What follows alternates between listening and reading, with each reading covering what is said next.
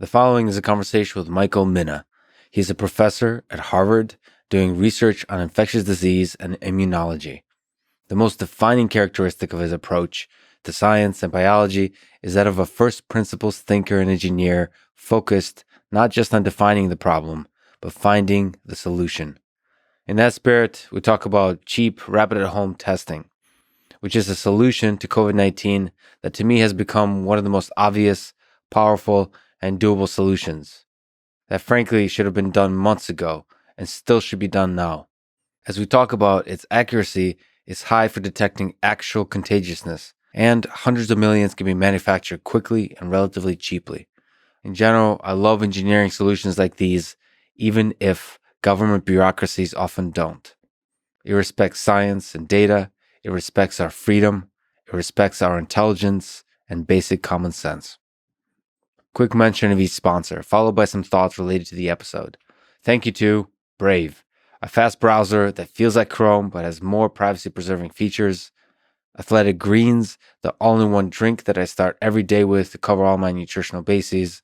ExpressVPN, the VPN I've used for many years to protect my privacy on the internet.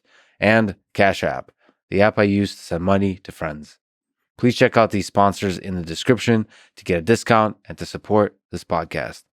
As a side note, let me say that I've always been solution-oriented, not problem-oriented.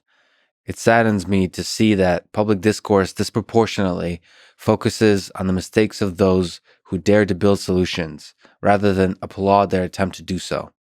Teddy Roosevelt said it well in his The Man in the Arena speech over 100 years ago. I should say that both the critic and the creator are important, but in my humble estimation, there are too many now of the former and not enough of the latter. So while we spread the derisive words of the critic on social media, making it viral, let's not forget that this world is built on the blood, sweat, and tears of those who dare to create. If you enjoy this thing, subscribe on YouTube, review it with 5 stars on Apple Podcast, follow on Spotify, support on Patreon, or connect with me on Twitter at Lex Fridman. And now, here's my conversation with Mina. What is the most beautiful, mysterious, or surprising idea in the biology of humans or viruses that you've ever come across in your work? Sorry for the overly philosophical question. Wow. Well, that's a great question. You know, I love the pathogenesis of viruses. And one of the things that I've worked on a lot is trying to understand how viruses interact with each other. And so all this COVID stuff, I was really, really dedicated to understanding how viruses impact other pathogens. So how if somebody gets an infection with one thing or a vaccine, does it either benefit or harm you from other things that appear to be unrelated to most people? And so one system which is highly detrimental to humans, but what I think is just immensely fascinating, is measles. And measles gets into a kid's body. The immune system picks it up and essentially grabs the virus and does exactly what it's supposed to do, which is to take this virus and bring it into the immune system so that the immune system can learn from it, can develop an immune response to it. But instead, measles plays a trick. It gets into the immune system, serves almost as a Trojan horse, and instead of getting eaten by these cells, it just takes them over, and it ends up proliferating in the very cells that were supposed to kill it. And it just distributes throughout the entire body, gets into the bone marrow, kills off children's immune memories. And so it essentially, what I've found and what my research has found is that this one virus was responsible for as much as half of all of the infectious disease deaths in kids before we started vaccinating against it, because it was just wiping out children's immune memories to all different pathogens, which is, I think, just astounding. It's just amazing to watch it spread throughout bodies. We've done the studies in monkeys, and you can watch it just destroy and obliterate people's immune memories in the same way that, some parasite might destroy somebody's brain. And, Is that a evolutionary just coincidence, or is there some kind of advantage to this kind of interactivity between pathogens?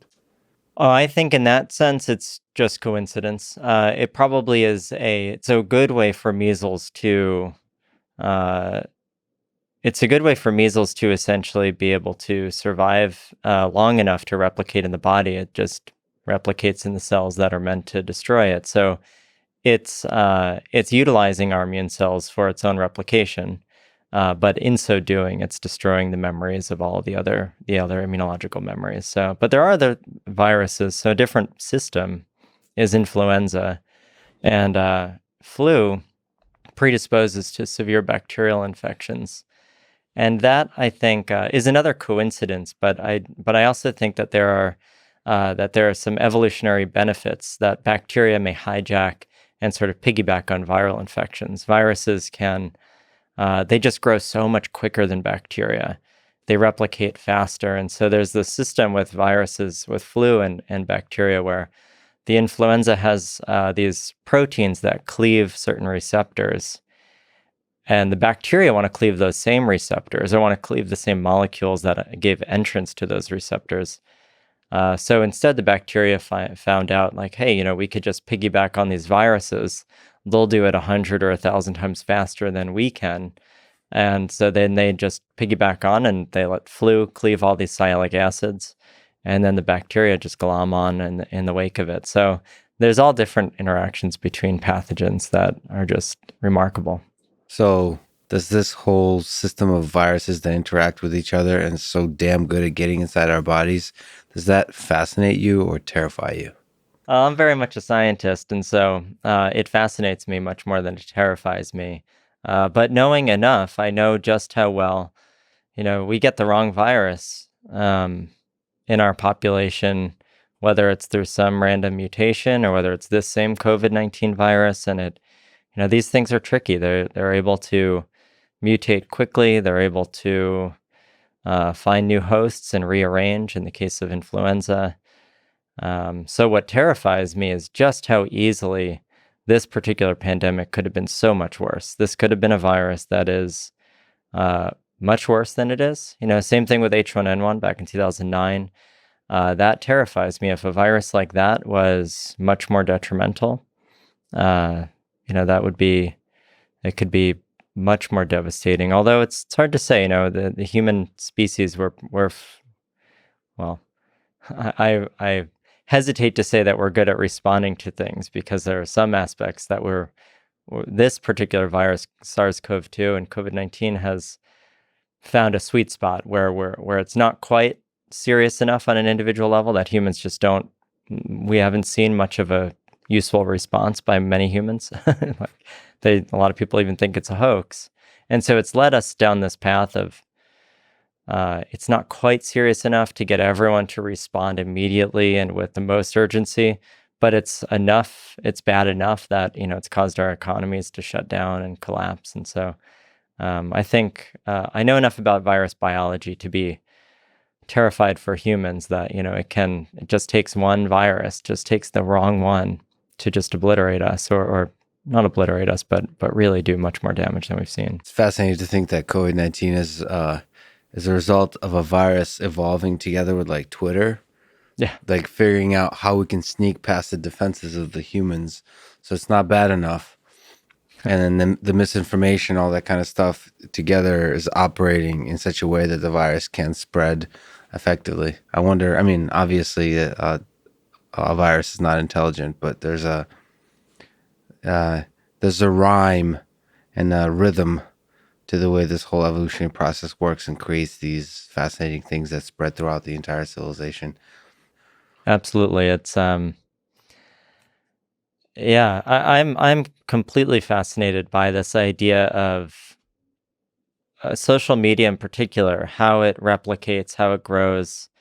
How it actually starts interacting with the biology of the virus, masks, who's going to get vaccinated, politics. Like, these seem so external to virus biology, but it's become so intertwined. And And it's interesting, and I actually think we could find out that the virus actually becomes obviously not intentionally, but we could find that people choosing not to wear masks, choosing not to counter this virus in a regimented and sort of organized way, effectively gives the virus more opportunity to escape. We can look at vaccines. We're about to have one of the most aggressive vaccination programs the world has ever seen. But we are unfortunately doing it right at the peak of viral transmission when millions and millions of people are still getting infected. And when we do that, that just gives this virus so many more opportunities. I mean, orders of magnitude more opportunity to mutate around our immune system. Now, if we were to vaccinate everyone when there's not a lot of virus, then there's just not a lot of virus. And so there's not going to be as many, I don't even know how many zeros are at the end of however many viral particles there are in the world right now, more than quadrillions, probably.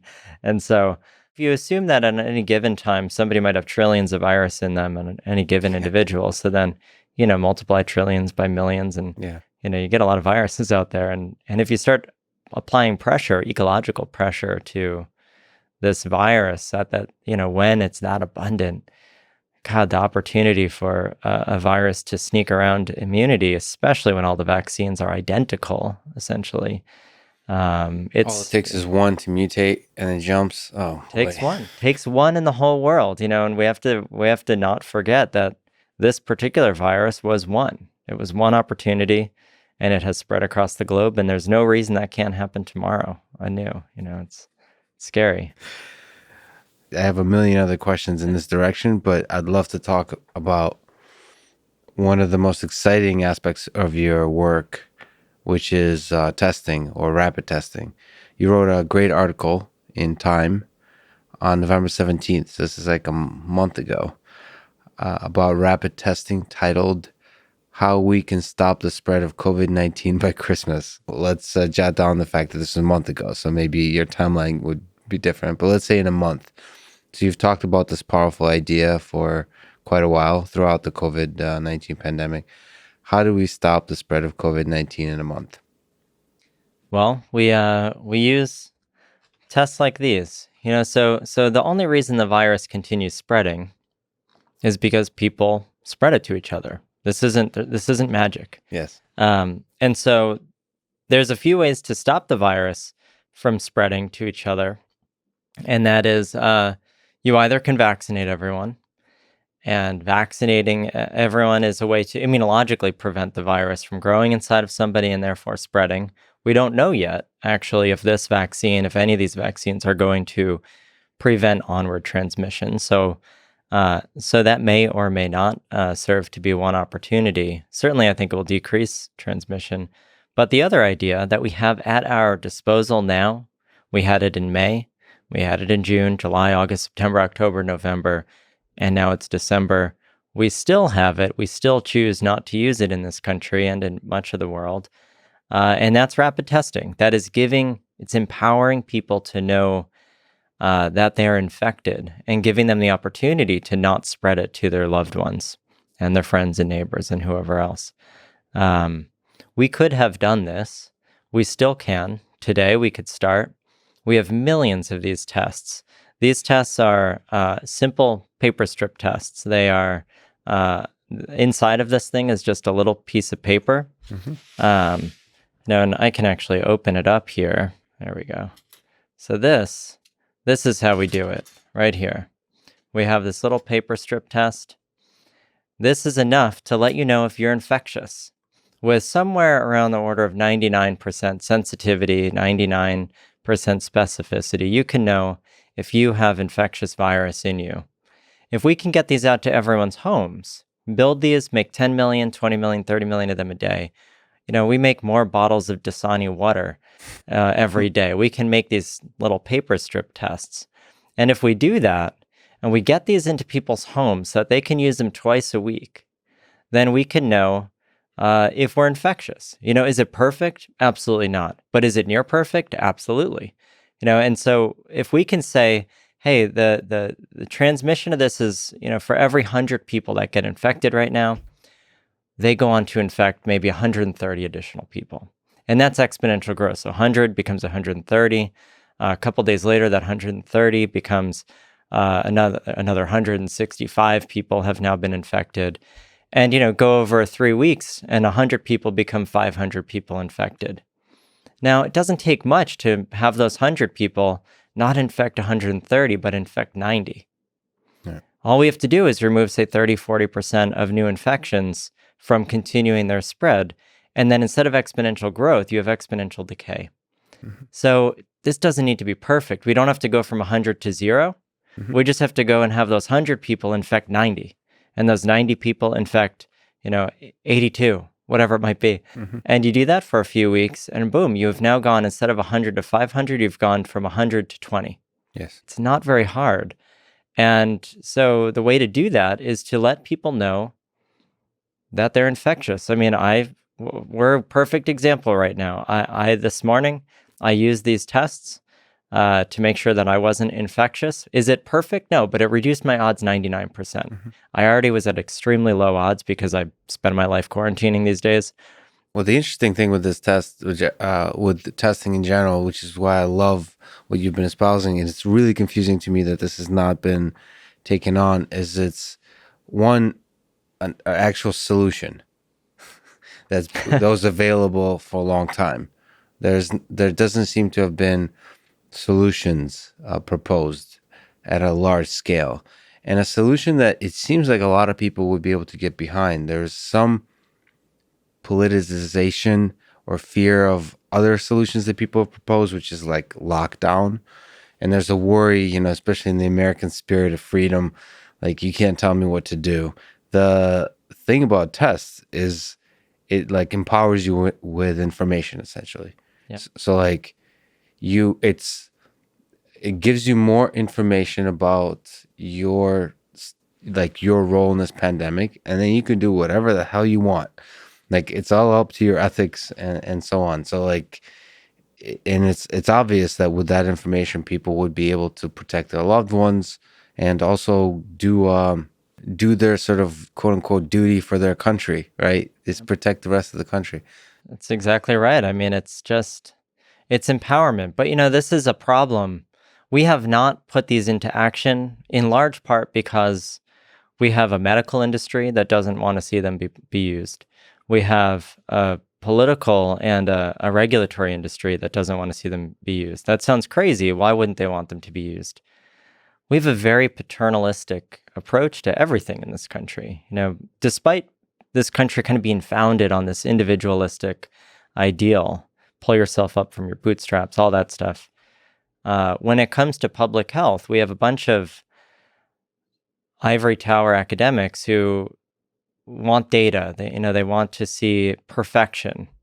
And we have this issue of letting perfection get in the way of actually doing something at all, doing something effective. And so we keep comparing these tests, for example, to the laboratory-based PCR test.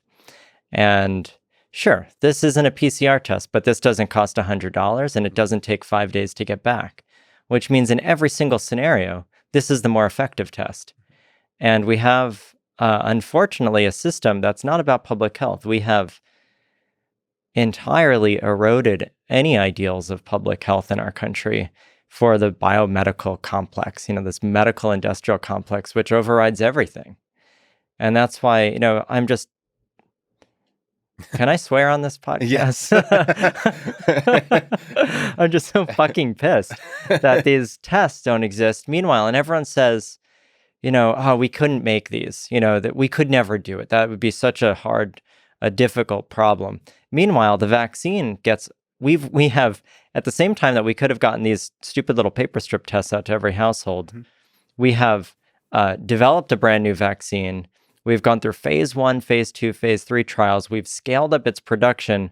And now we have UPS and FedEx and all the logistics in the world getting freezers out to where they need to be. We have this immense, we see when it comes to sort of medicine, something you're injecting into somebody, then all of a sudden people say, oh, yes, we can. Yeah. But you say, oh no, that's too simple a solution, too cheap a solution. No way could we possibly do that.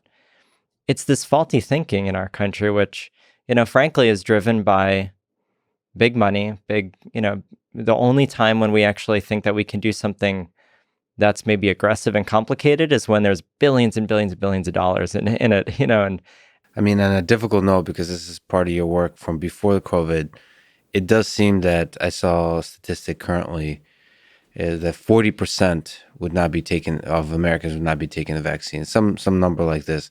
So you also have to acknowledge that all the money that's been invested, like there doesn't appear to be a solution to deal with like the fear, distrust that people have. I bet, I don't know if you know this number, but for taking a strip, like a rapid test like this, I bet you people would say, like the percentage of people that wouldn't take it is in the single digits, probably.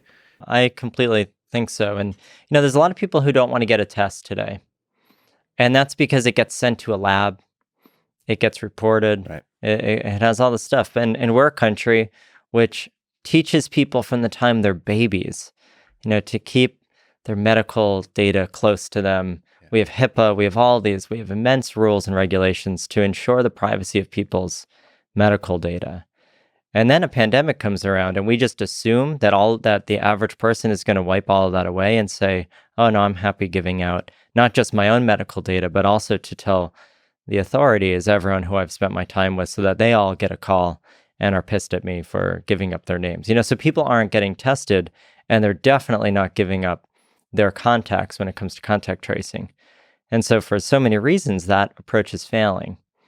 Not to even mention the delays in testing and things like that. And so this is a whole different approach, but it's an approach that empowers people and takes the power a bit away from the people in charge. And that's what's really grating on I think public health officials who say, no, we need the data. So they're effectively saying, if I can't have the data, I don't want the individuals, I don't want the public to have their own data either. Yeah. Which is a terrible approach to a pandemic where we can't solve a public health crisis without actively engaging the public.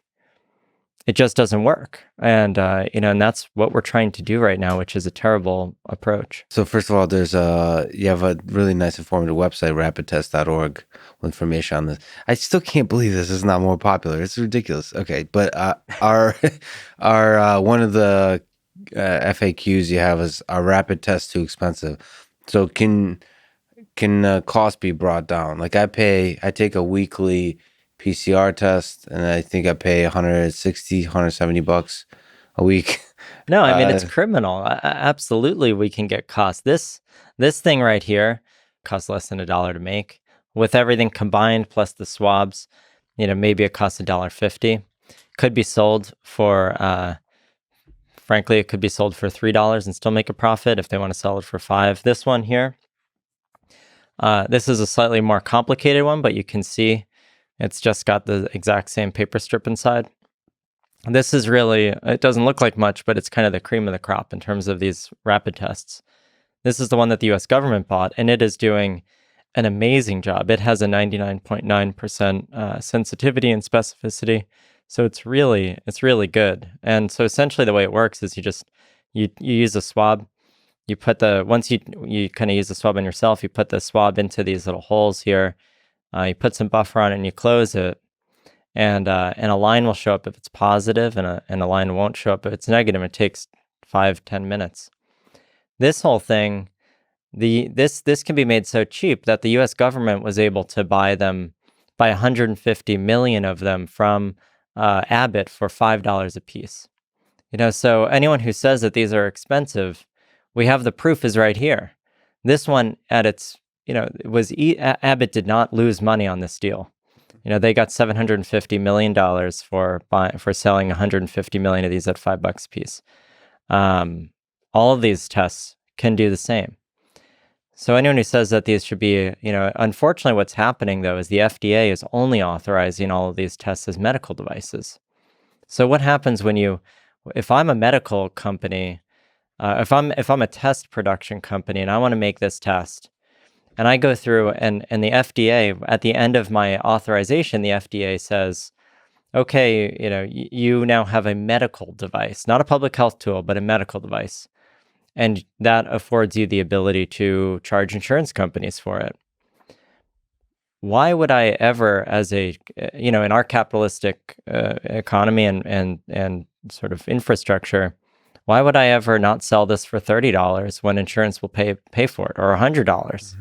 It might only cost me 50 cents to make, but by pushing all of these tests through a medical pathway at the FDA, what extrudes out the other side is an expensive medical device that's erroneously expensive. It doesn't need to be inflated in cost, but the companies say, well, I'd rather make fewer of them and just sell them all for $30 a piece than make tens of millions of them, which I could do, and sell them at a dollar marginal profit. And so it's a problem with our whole medical industry that we see tests only as medical devices. And what I would like to see is for the government, in the same way that they bought 150 million of these from Abbott, they should be buying, all of these tests. That they should be buying 20 million a day and getting them out to people's homes. This virus has cost trillions of dollars to the American people. It's closed down restaurants and stores, and obviously the main streets across America have shuttered. It's killing people. It's killing our economy. It's killing lifestyles and This lives. is an obvious solution. To me, this is exciting. This is a solution. I wish, like in April or something like that, to launch like the larger scale manufacturing deployment of tests. Doesn't matter what tests they are. It's obviously the capitalist system would create cheaper and cheaper tests that would be hopefully drive it down to $1.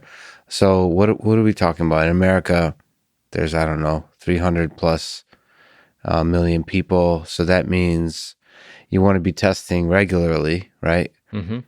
So how many do you think is possible to manufacture? What would be the ultimate goal to manufacture per month? Yep. So if we want to slow this virus and actually stop it from transmitting, achieve what I call herd effects, like vaccine herd immunity. Herd effects are when you get that R value below 1 through preventing onward transmission. If we want to do that with these tests, we need about 20 million to 40 million of them every day, which is not a lot. In the United States. In the United States.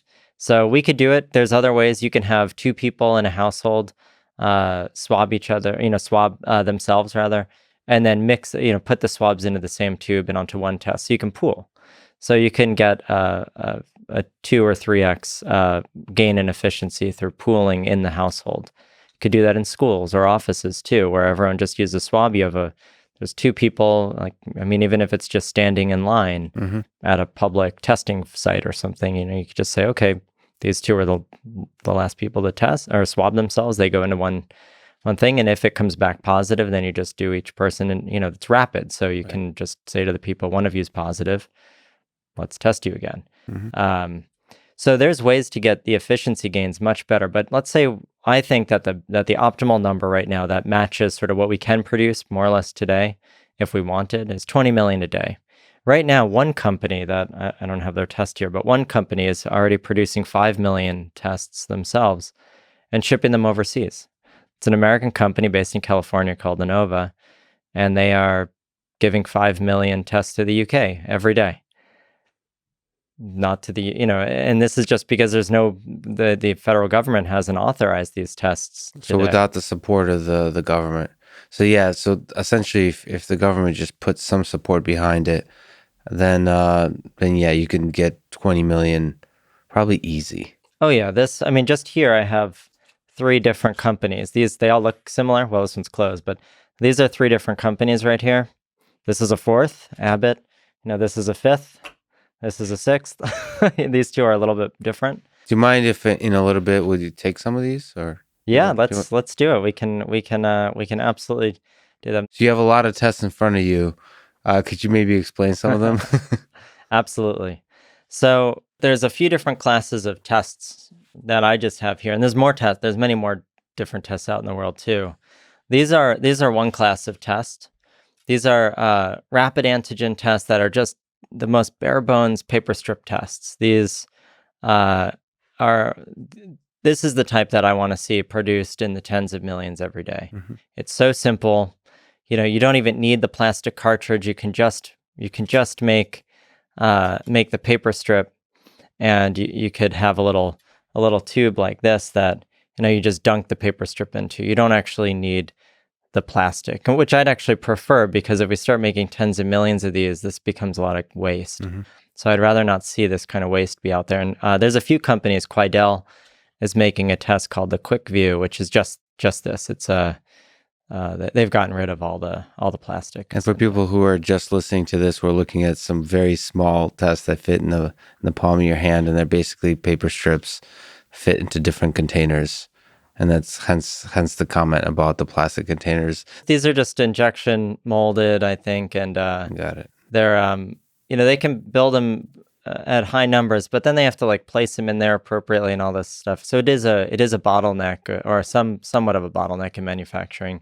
The actual bottleneck, which the government I think should use the Defense Productions Act to build up, is there's a nitrocellulose membrane, a laminated membrane on this that allows the material, the buffer and with the swab mixture to flow across it. So the way these work, they're called lateral flow tests. And you take a swab, you swab the front of your nose, you dunk that swab into some buffer, and then you put a couple drops of that buffer onto the lateral flow. And just like paper, if you dip a piece of paper into a cup of water, the paper will pull the water up through capillary action. This actually works very similarly. It flows through somewhat of capillary action through this nitrocellulose membrane. And there's little antibodies on there, these little proteins that are very specific, in this case for antigens, or proteins of the virus. So these are antibodies similar to the antibodies that our body makes from our immune system, but they're just printed on these lateral flow tests, and they're printed just like a line. So then you slice these all up into individual ones. And if there's any virus on that buffer as it flows across, the antibodies grab that virus, and it creates a little reaction with some colloids in here that cause it to turn dark. Just like a pregnancy test, one line means negative, it means the control strip worked, and two lines mean positive. It means, but if you get two lines, it just means you have virus there. You're very, very likely to have virus there. And so they're super simple. It is the exact same technology as pregnancy tests. It's the technology, this particular one from Abbott. This has been used for other infectious diseases like malaria, and actually a number of these companies have made malaria tests that do the exact same thing. So they just co-opted the same form factor and just changed the antibody so it picks up SARS-CoV-2 instead of other infections. Is it also the Abbott one? Is it also strip? Yep. Yeah. This Abbott one here is in this case, instead of being put in a plastic sheath, it's just put in a cardboard thing and literally glued on. I mean, it looks like nothing, it's just, it looks like it's just the simplest thing you could imagine. The exterior packaging looks very Apple-like. That's nice. It does. Yeah. Yeah. So it's nice. All and about it comes the branding.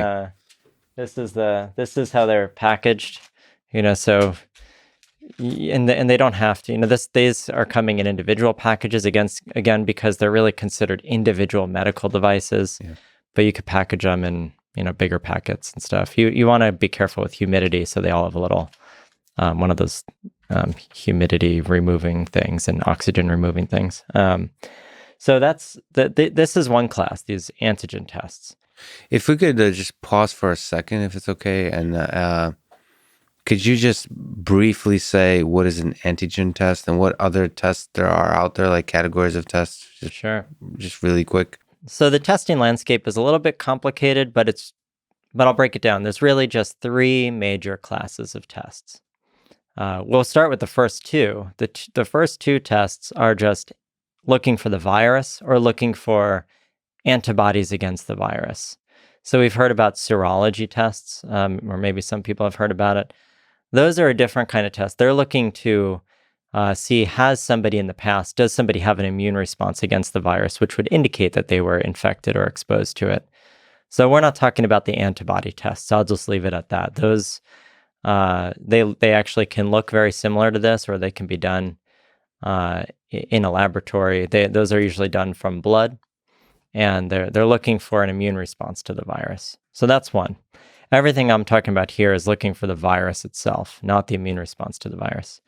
And so there's two ways to look for the virus. You can either look for the genetic code of the virus, like the RNA, just like the DNA of somebody's human cells, or you can look for the proteins themselves, the antigens of the virus. So I like to differentiate them. If you were a PCR test that looks for RNA in, let's say if we made it against humans, it would be looking for the DNA inside of our cells. That would be actually looking for our genetic code.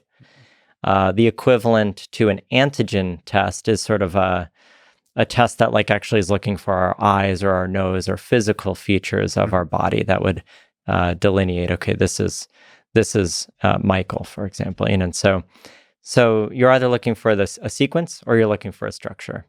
The PCR tests that a lot of people have gotten now, and they're done in labs usually, are looking for the sequence of the virus, which is RNA.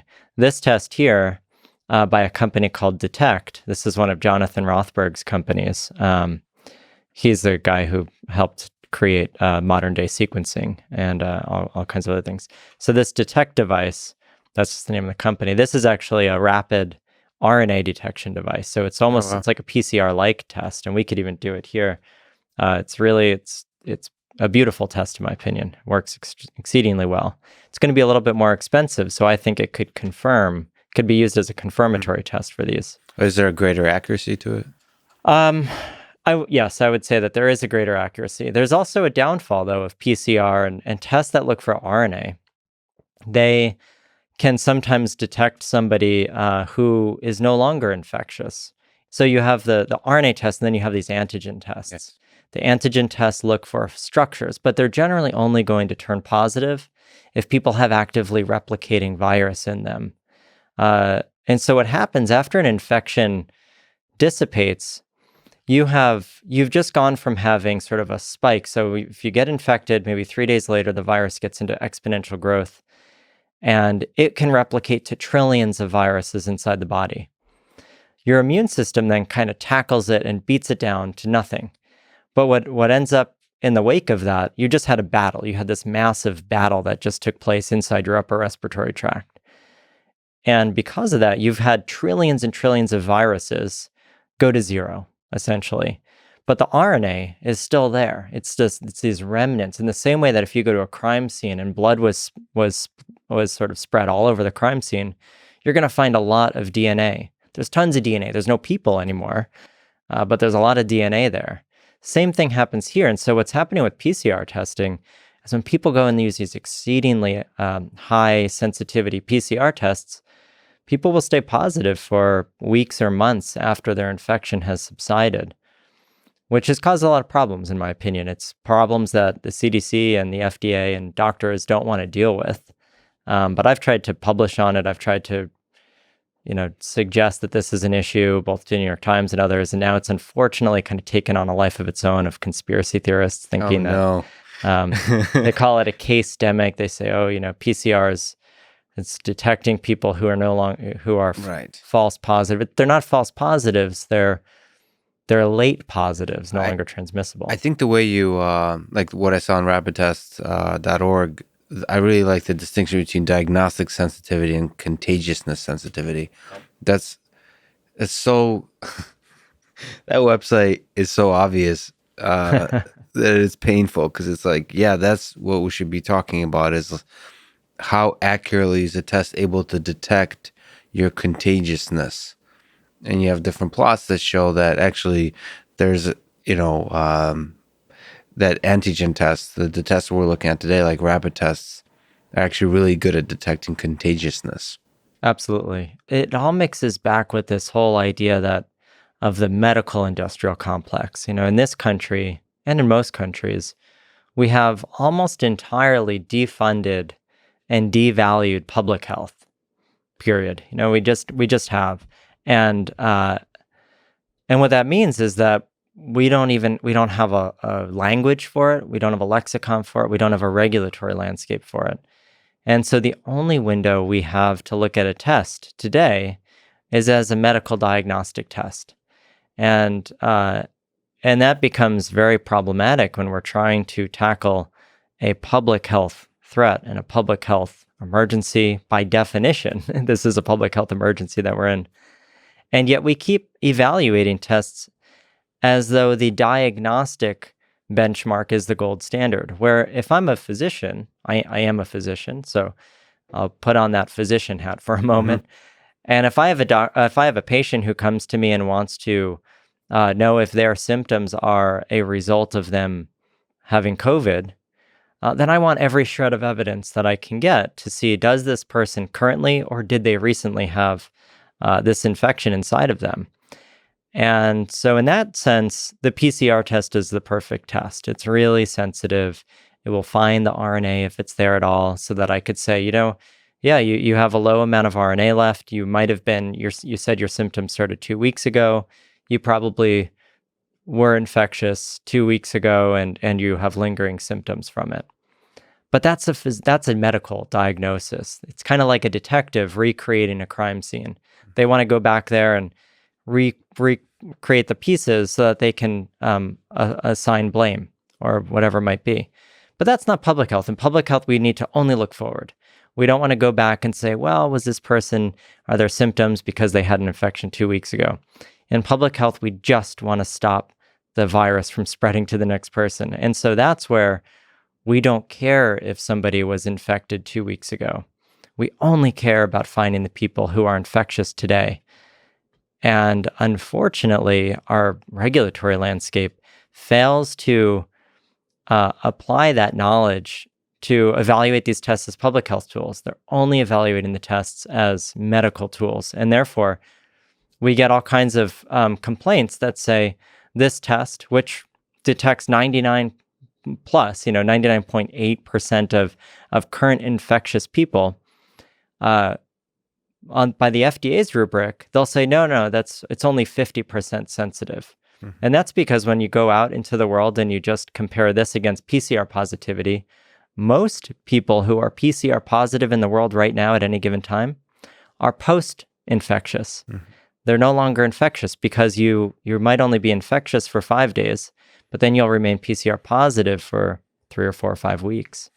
And so when you go and just evaluate these tests and you say, okay, this person's PCR positive, does the rapid antigen test detect that? More often than not, it's no. But that's because those people don't need isolation. They're post-infectious. And it's become much more of a problem than I think even the FDA themselves is recognizing, because they are unwilling at this point to look at this as a public health problem requiring public health tools. We'll definitely talk about this a little bit more, because the concern I have is that like a bigger pandemic comes along. What are the lessons we draw from this and how we move forward? Let's talk about that in a bit. But sort of, can we discuss further the lay of the land here of the different tests before us? Absolutely. So I talked about PCR tests, and those are done in the lab, or they're done essentially with a rapid test like this, the detect. And we can even try this in a moment. It goes into a little heater. So you might have one of these in a household, or one of these in a nursing home or something like that, or in an airport. Or you could have one that has 100 different outlets. This is just to heat the tube up.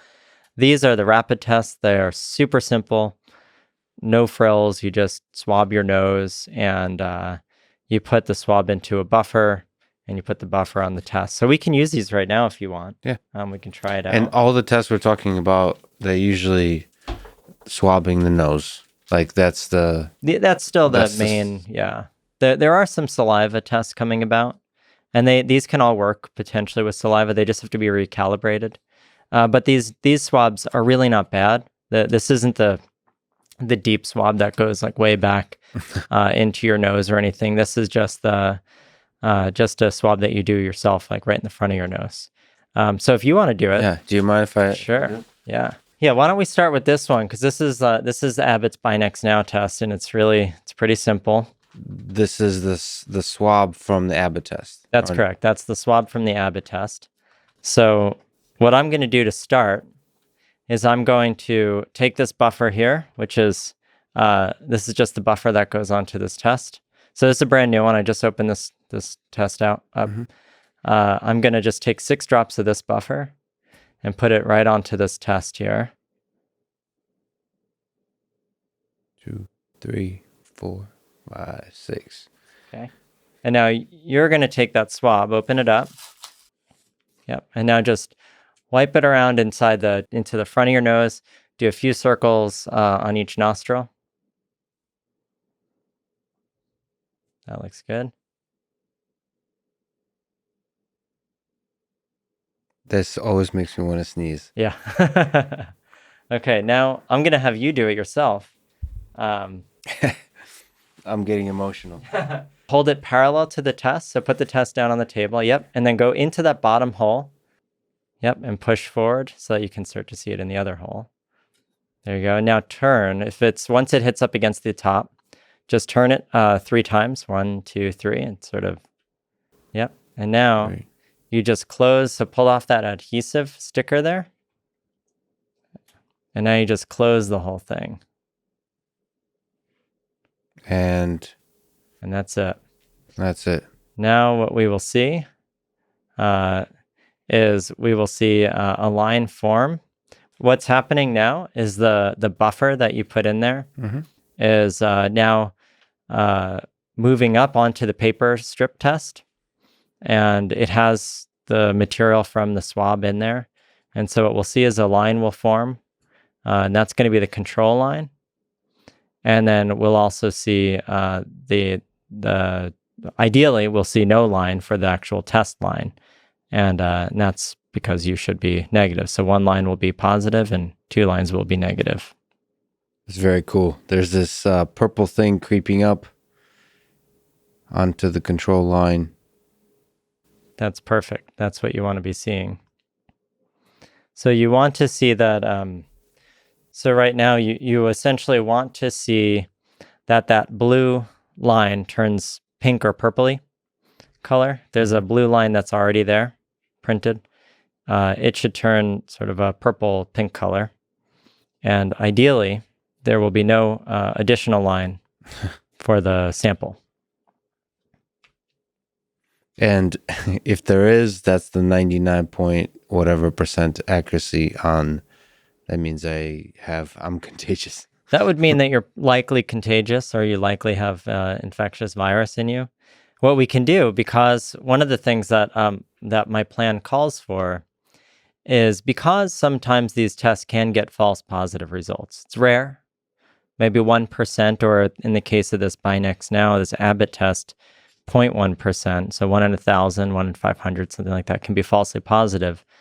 What I recommend is that when somebody is positive on one of these, you turn around and you immediately test on a different test. You could either do it on the same, but for good measure, you want to use a separate test that is somewhat orthogonal, meaning that it shouldn't turn falsely positive for the same reason. This particular test here, this detect test, because it is looking for the RNA and not the antigen, this is an amazingly accurate test, and it's sort of a perfect gold standard or confirmatory test for any of these antigen tests. So one of the recommendations that I've had, especially if people start using antigen tests before you get onto a plane, or as what I call entrance screening, if somebody's positive, you don't immediately tell them you're positive, go isolate for 10 days. You tell them, let's confirm on one of these, on a detect test. That is because it's completely orthogonal, it's looking for the RNA instead of the antigen. There's no reason, no biological reason that both of these should be falsely positive. So if one's falsely positive and the other one is negative, especially because this one's more sensitive, then I would trust this as a confirmatory test. If this one's negative, then the antigen test, would be considered falsely positive. It does look like there's only a single line, so this is very exciting news. That's right, yep. It says wait 15 minutes to see both lines. But in general, if somebody's really going to be positive, that line starts showing up within a minute or two. So you want to keep the whole, we'll keep watching it for the whole 15 minutes as it's sitting there. But I would say you're knowing that you've had PCR tests recently and all that, The odds are pretty good. The odds are very The packaging, very iPhone-like. I'm digging the sexy packaging. good. I'm a sucker for good packaging. Okay. Right. So then there's this test here, which is, this is another, it's funny. Let me open this up and show you. This is a really nice test. It's another antigen test. Works the exact same way as this, essentially. But what you can see is it's got like lights in it and a power button and stuff. This is called an Illum test, which is, fine. And it's a really nice test, to be honest, but it has to pair with an iPhone. And so it's good I think that this is going to become, there's a lot of use for this from a medical perspective, where you want good reporting. This can, because it pairs with an iPhone, it can immediately send the report to a Department of Health, whereas these paper strip tests, they're just paper. They don't report anything unless you want to report it. Okay, so I'm going to just pick it apart.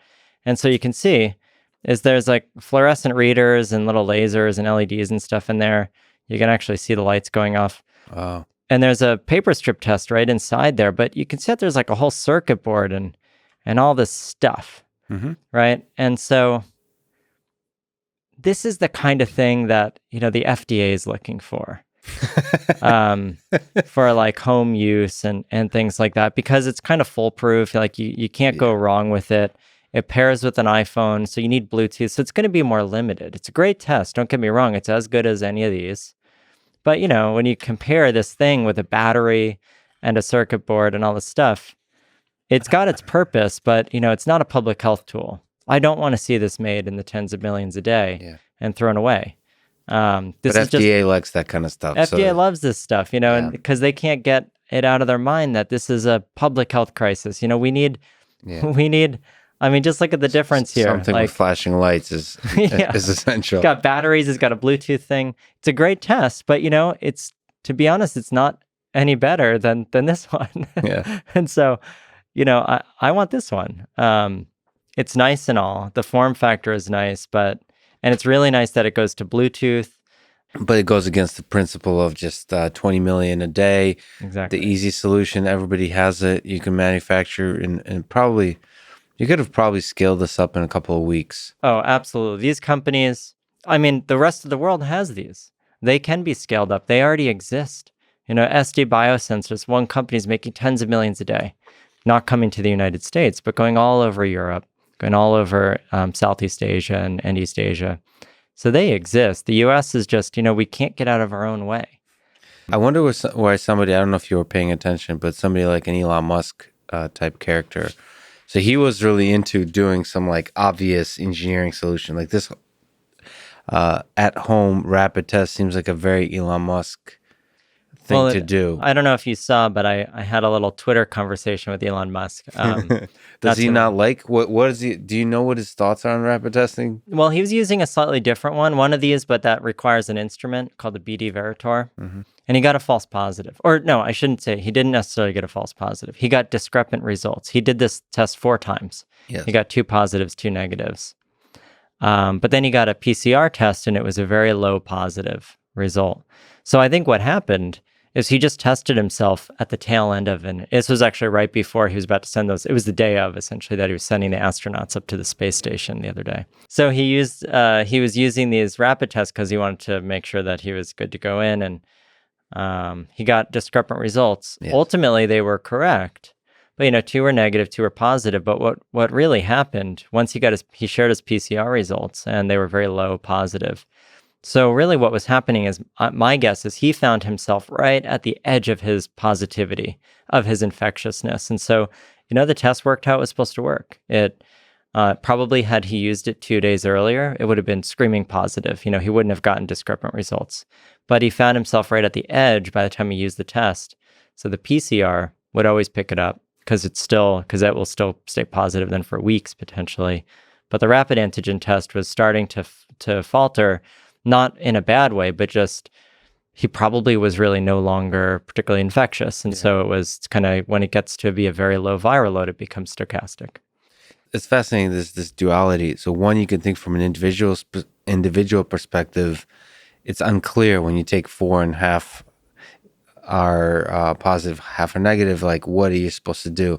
But from a societal perspective, it seems like if just one of them is positive, just stay home for a couple of days, for a while. So if when you're a CEO of a company, you're launching astronauts to space, you may not want to rely absolutely on the antigen test as a thing by which you steer your decisions of like 10,000 plus people companies. But us individuals just living in the world, if it comes up positive, then you make decisions based on that, and then that scales really nicely to an entire society of hundreds of millions of people, and that's how you get that virus to stop spreading. That's exactly whole right. point. You don't have to catch every single one, and the nice thing is that these will catch the people who are most infectious. So with Elon Musk, it generally, that test, we don't have the counterfactual. We don't have his results from 3 days earlier when he was probably most infectious. But my guess is the fact that it was catching 2 out of the 4, even when he was down at a CT value, a really, really very, very low viral load on the PCR test, suggests that it was doing its job. And you just want to, and the nice thing is because these can be produced at such scale, getting one positive doesn't immediately have to mean 10 days of isolation. That's the CDC's more conservative stance to say, if you're positive on any test, stay home for 10 days and isolate. But here, people would just have more tests. So the recommendation should be test daily. If you turn positive, test daily until you've been negative for 24, 48 hours, and then go back to work. And the nice thing there is, right now people just aren't testing because they don't want to take 10 days off. Yeah. They're not getting paid for it, so they can't take 10 days off. Do you know what Elon thinks about this idea of rapid testing for everybody? So I understood. I need to look at that whole Twitter thread.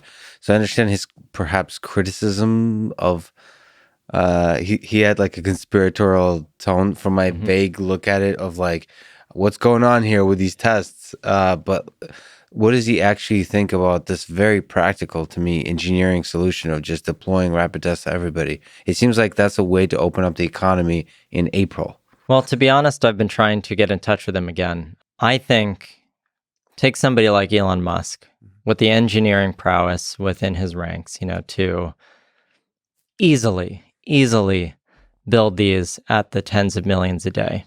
He could build the machines from scratch. A lot of the companies, they buy the machines from South Korea or Taiwan, I believe. We don't have to. Like, we can build these machines. They're simple to build. Put somebody like Elon Musk on it.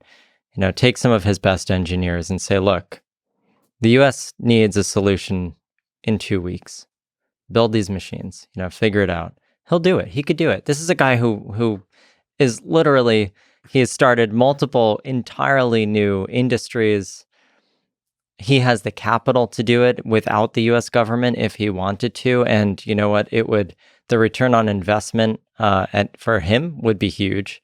But frankly, the return on investment in the country would be hundreds of billions of dollars because it means we could get society open. So I know that his first experience with these rapid tests was confusing, which is how I ended up having this Twitter kind of conversation with him very briefly.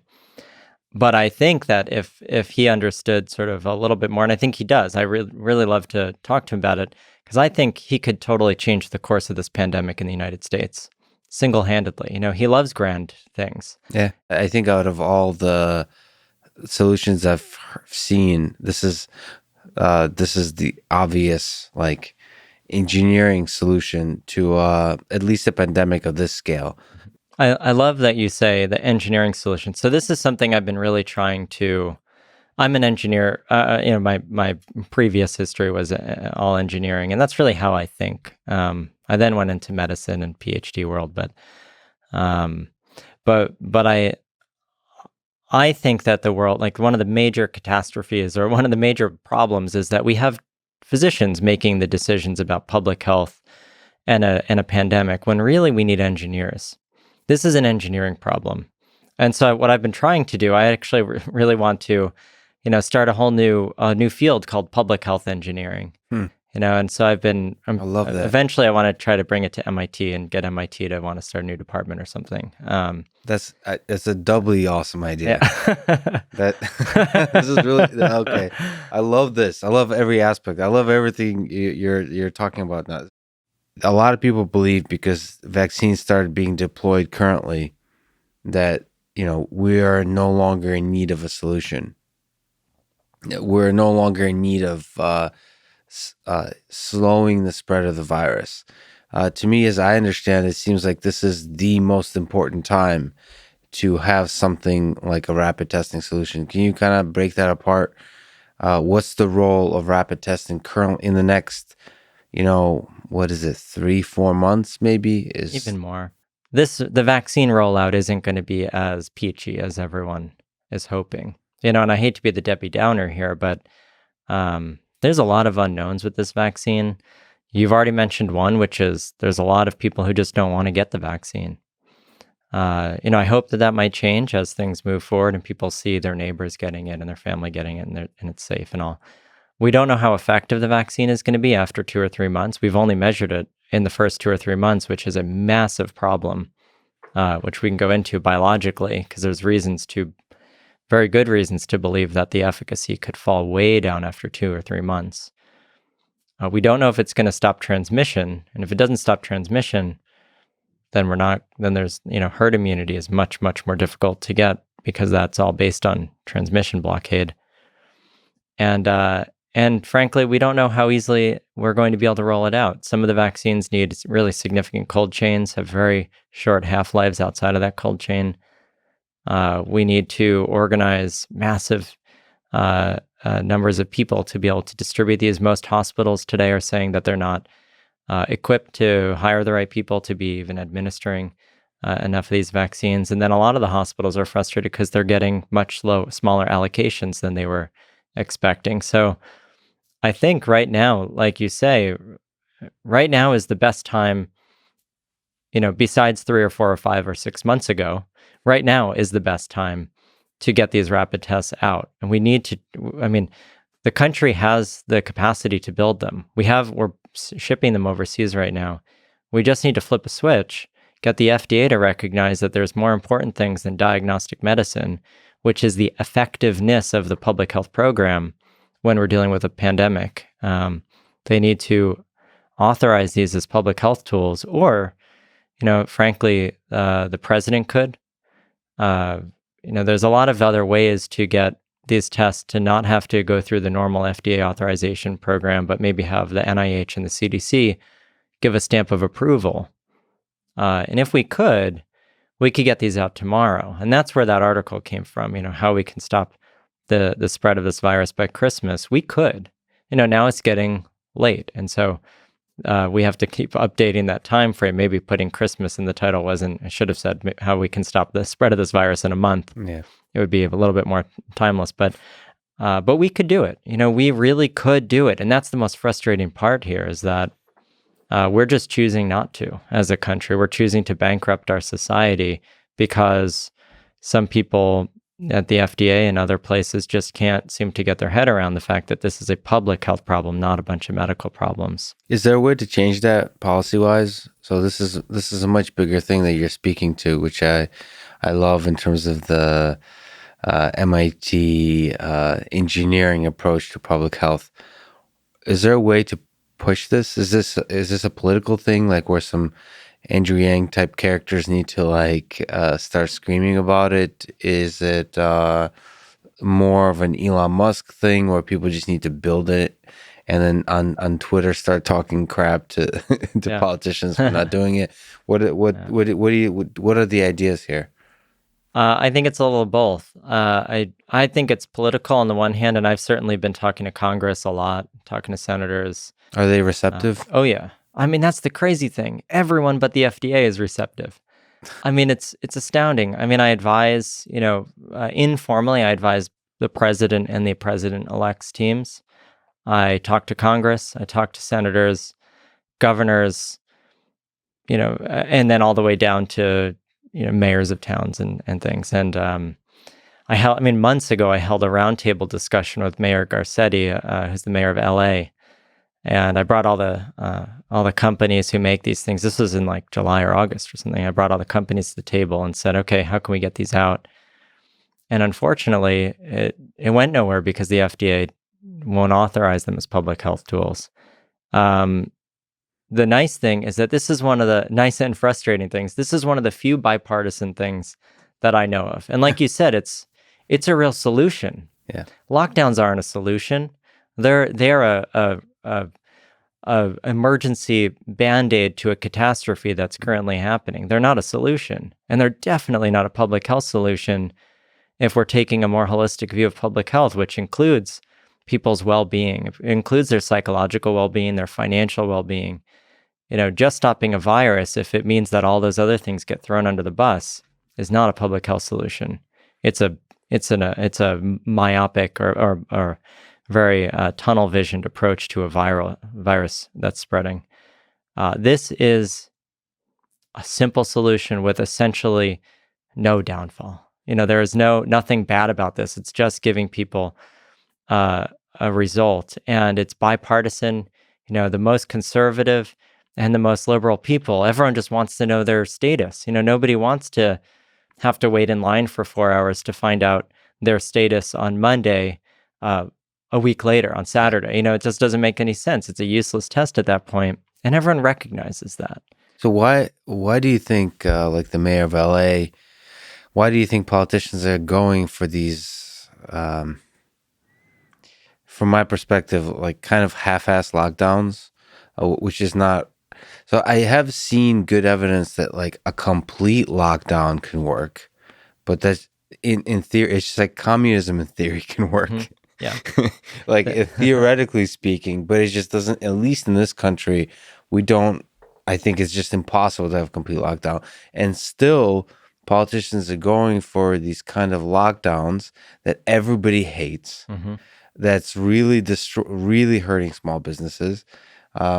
Like, why are they going and for big that? businesses? And yeah, all businesses. Yep. But like basically not just hurting, they're destroying small businesses, right?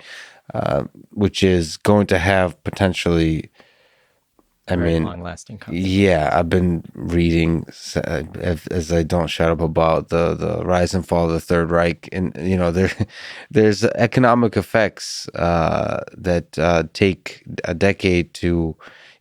There's going to be long-lasting effects that may be destructive to the very fabric of this nation. So, why are they doing it, and why are they not using this solution? Is there an intuition? I mean, you've said the FDA has a stranglehold, I guess, on this whole public health problem. Yeah. Is that all it is? That's honestly, it's pretty much all it is. The companies, so somebody like Mayor Garcetti or Governor Baker, Cuomo, Newsom, any of these, DeWine. I've talked to a lot of governors in this country at this point, and of course the federal government, including the president's own teams, and the heads of the NIH, the heads of the CDC, about this. The problem is the tests don't exist in this country at the level that we need them to right now to make that kind of policy, to make that kind of program. They could, but they don't. And so what that means is that when Mayor Garcetti says, okay, what are my actual options today? Despite these sounding like a great idea, he looks around and he says, well, they're not authorized. They don't exist right now for at-home use. And from his perspective, he's not about to pick that fight with the FDA. And it turns out nobody is. Why are people afraid of it? It seems like an easy, strong to fight. It's like it's not so they don't see it as a fight. They think that the FDA is the end-all be-all. Everyone thinks the FDA is the end-all be-all. And so they just defer. Everyone is deferential, including the heads of all the other government agencies, because that is their role. But what everyone is failing to see is that the FDA doesn't even have a mandate or a remit to evaluate these tests as public health tools. So they're just falling in this weird gray zone where the FDA is saying, look, we evaluate medical products. That's the only thing that I'm meant. Like Tim Stenzel, head of in vitro diagnostics at the FDA, he's doing what his job is, which is to evaluate medical tools. Unfortunately, this is where I think the CDC has really blundered. Yeah. They haven't made the right distinction to say, look, okay, the FDA is evaluating these for doctors to use and all that.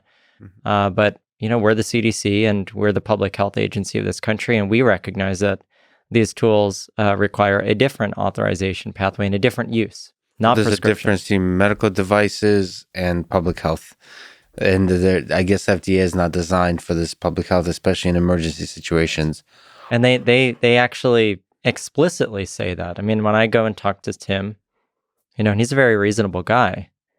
But when I talk to him, he says, look, we just do not evaluate a public health tool. If you're telling me this is a public health tool, great, go and use it.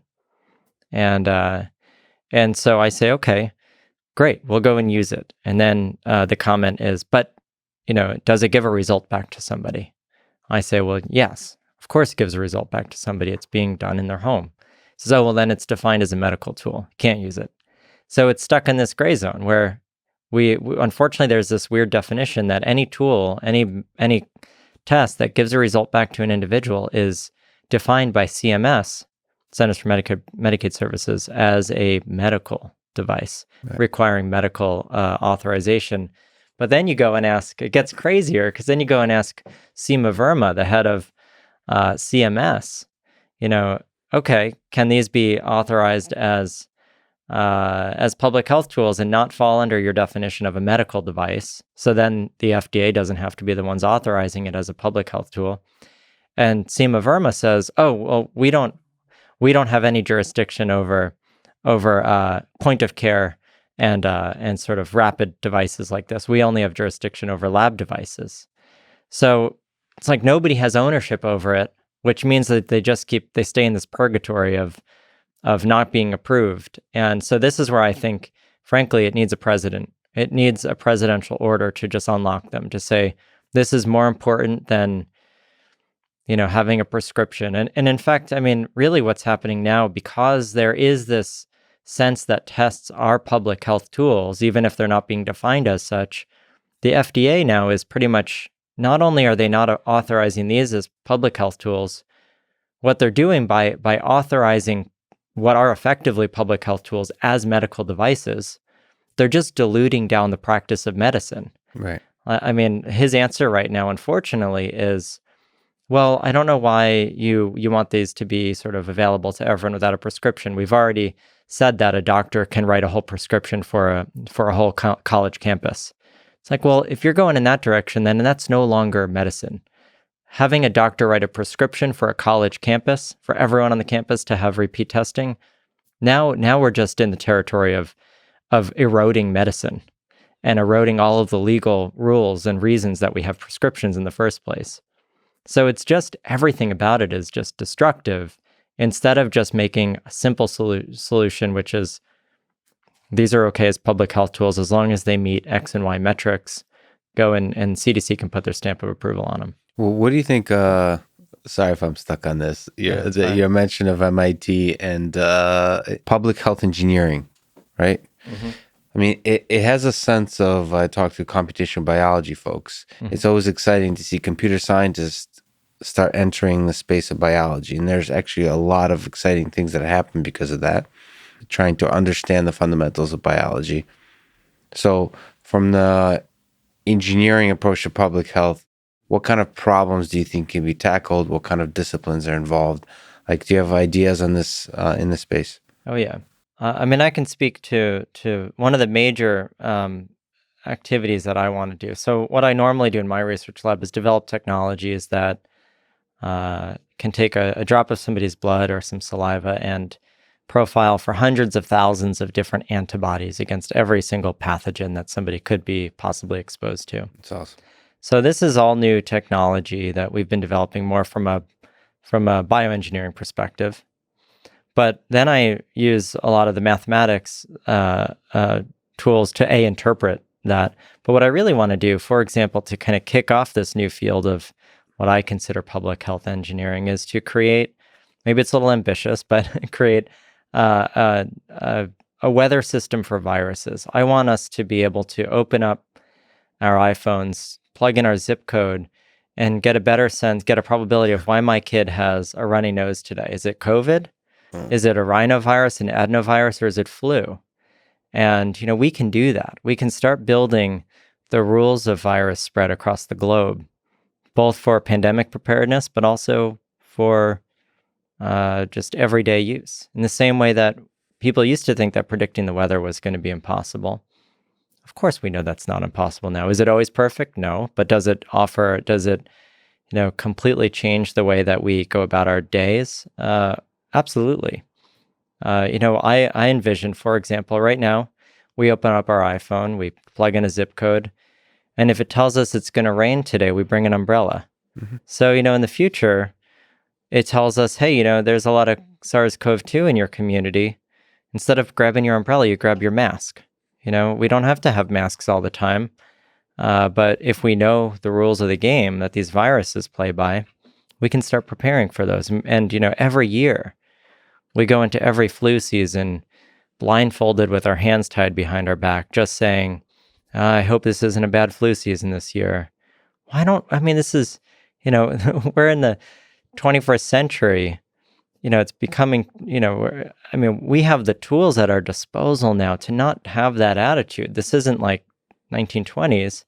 We can just say, hey, this is going to be a bad flu season this year. Let's act accordingly and with a targeted approach. We don't, for example, we don't just use our umbrellas all day long, every single day, in case it might rain.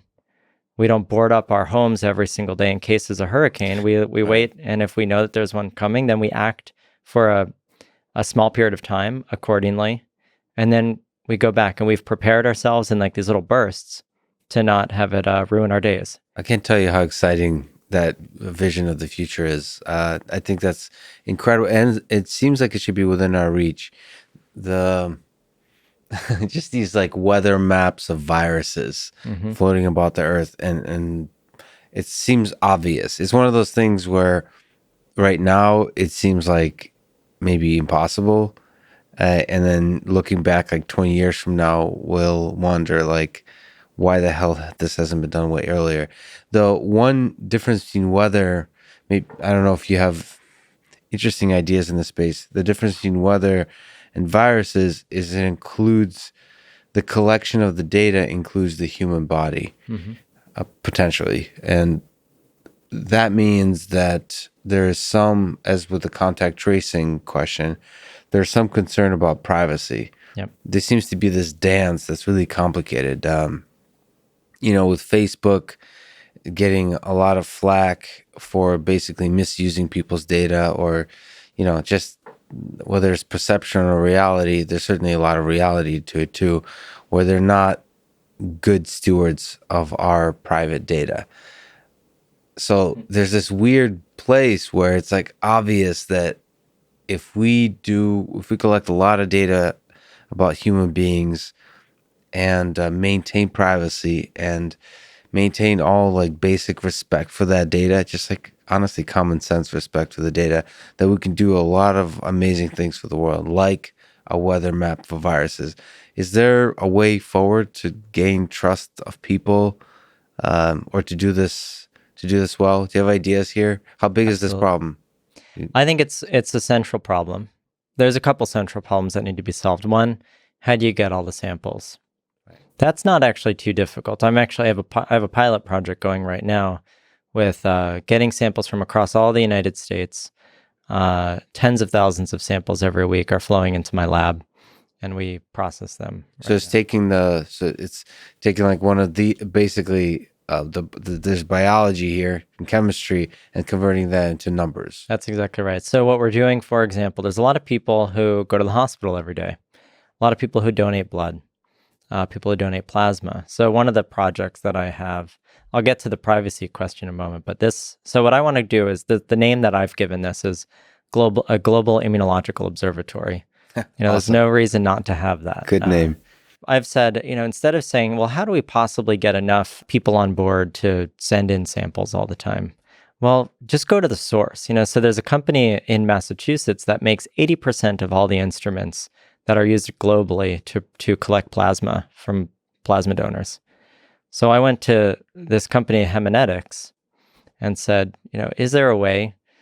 You have 80% of the global market on plasma donations.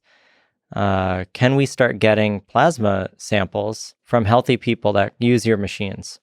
So that hooked me up with this company called Octapharma, and Octapharma has a huge reach and offices all over the country where they're just collecting people's plasma. They actually pay people for their plasma, and then that gets distributed to hospitals and all this stuff as anonymous plasma. So I've just been collecting anonymous samples. And we're processing them, in this case, for COVID antibodies to watch from January up through December. We're able to watch how the virus entered into the United States and how it's transmitting every day, across the U.S.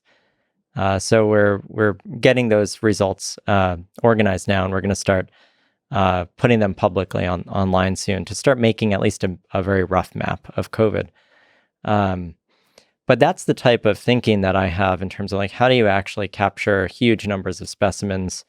You can't ask everyone to participate on sort of you maybe could if you have the right tools, and you can offer individuals something in return, like 23andMe does. That's a great way to get people to give specimens and they get results back. So with these technologies that I've been building, along with some collaborators at Harvard, we can come up with tools that people might actually want. So I can offer you your immunological history. I can say, give me a drop of your blood on a filter paper, mail it in, and I will be able to tell you every infectious disease you've ever encountered, and maybe even when you encountered it roughly. I could tell you, do you have COVID antibodies right now? Do you have Lyme disease antibodies right now? Flu, Triple E, all these different viruses. Also peanut allergies. Milk allergies, anything. If your immune system makes a response to it, we can detect that response. So all of a sudden we have this very valuable technology that on the one hand gives people maybe information they might want to know about themselves, but on the other hand becomes this amazingly rich source of big data, to enter into this global immunological observatory sort of mathematical framework to start building these maps, these epidemiological tools. But you asked about privacy. And absolutely that's essential to keep in mind, first and foremost. So privacy can be, you can keep these samples 100% anonymous. They're just, when I get them, they show up with nothing. They're literally just tubes. I know a date that they were collected and a zip code that they're collected from, or even just sort of a county level ID. With an IRB and with ethical approval and with the people's consent, we can maybe collect more data, but that would require consent. Mm-hmm. But then there's this other approach, which I'm really excited about, which is certainly going to gain some scrutiny, I think, but we'll have to figure out where it comes into play. But I've been recognizing that we can take somebody's immunological profile and we can make a biological fingerprint out of it. Mm-hmm. And it's actually stable enough so that I could take your blood. Let's say I don't know who you are, but you sent me a drop of blood a year ago, and then you send me a drop of blood today. Mm-hmm. I don't know that those two blood spots are coming from the same person. They're just showing up in my lab. But I can run our technology over and it just gives me your immunological history.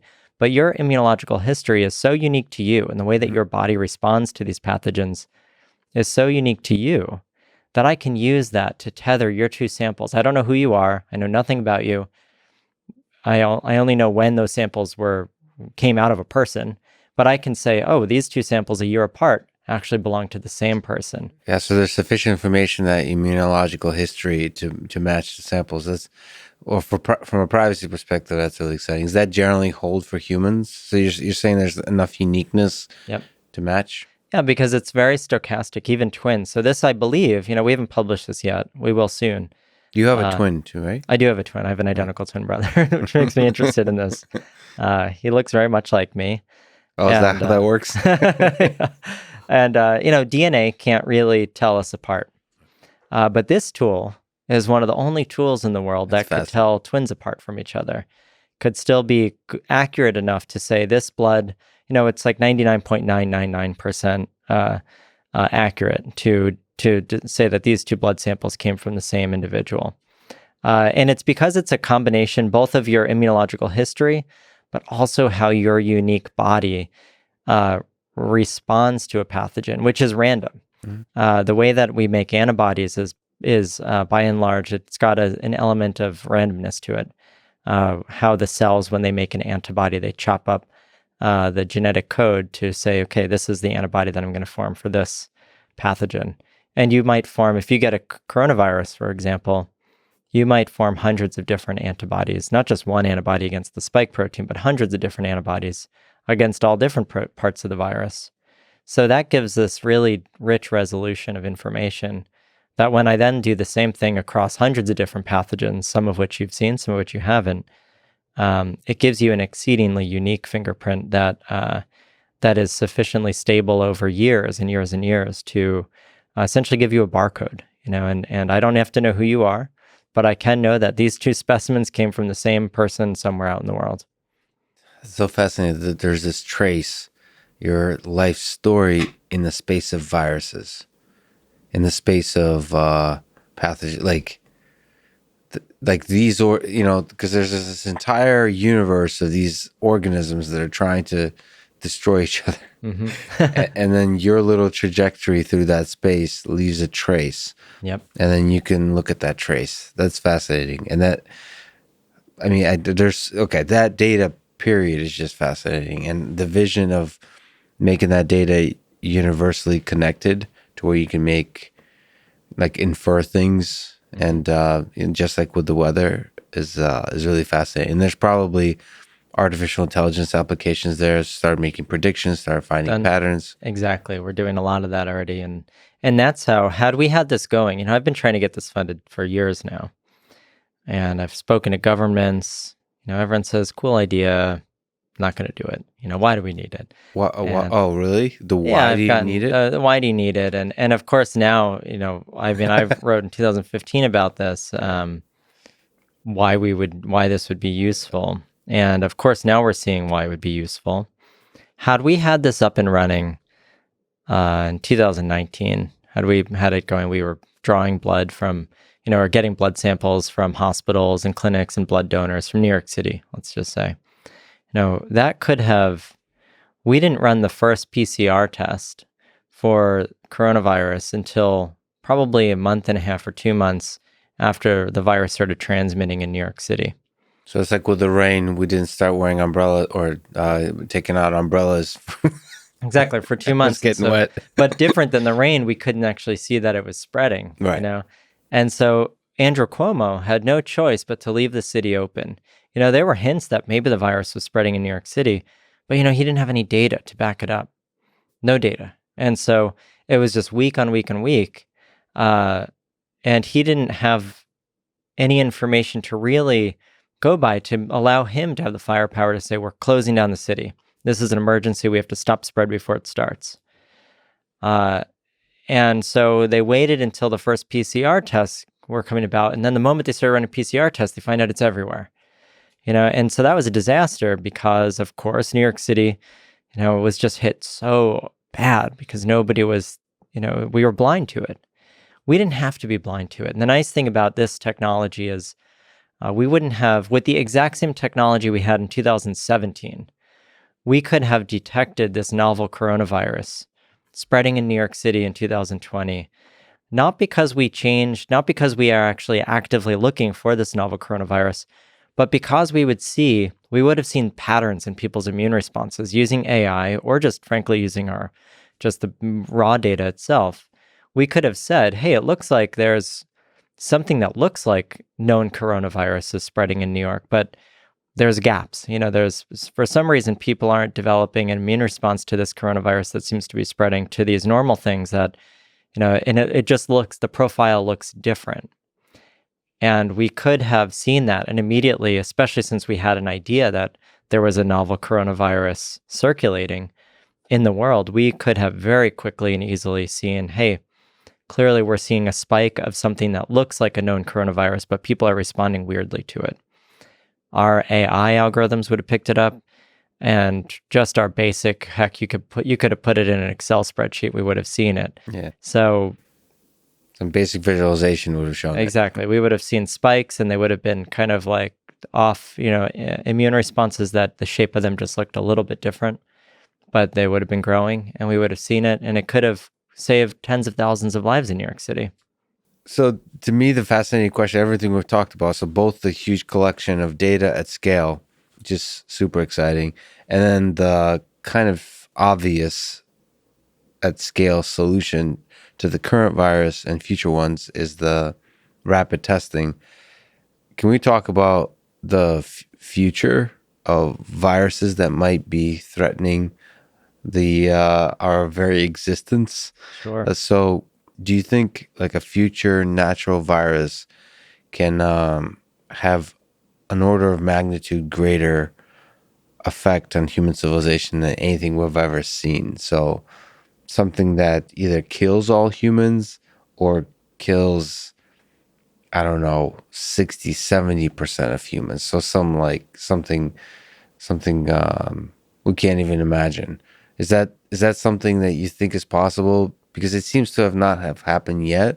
So maybe like the entirety, whoever the programmer is of the simulation that sort of launched the evolution for the Big Bang seems to not want to destroy us humans. Or maybe that's a natural side effect of the evolutionary process that humans are useful. But do you think it's possible that the evolutionary process will produce a virus that will kill all humans? I think it could. I don't think it's likely. And the reason I don't think it's likely is, well, on the one hand, it hasn't happened yet, in part because mobility is a recent phenomena. People weren't particularly mobile until fairly recently.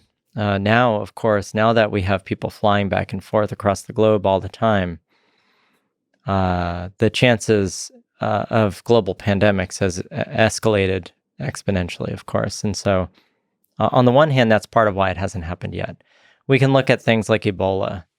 Ebola, we haven't generally had major Ebola epidemics in the past, not because Ebola wasn't transmitting and infecting humans, but because it was largely affecting and infecting humans in disconnected communities.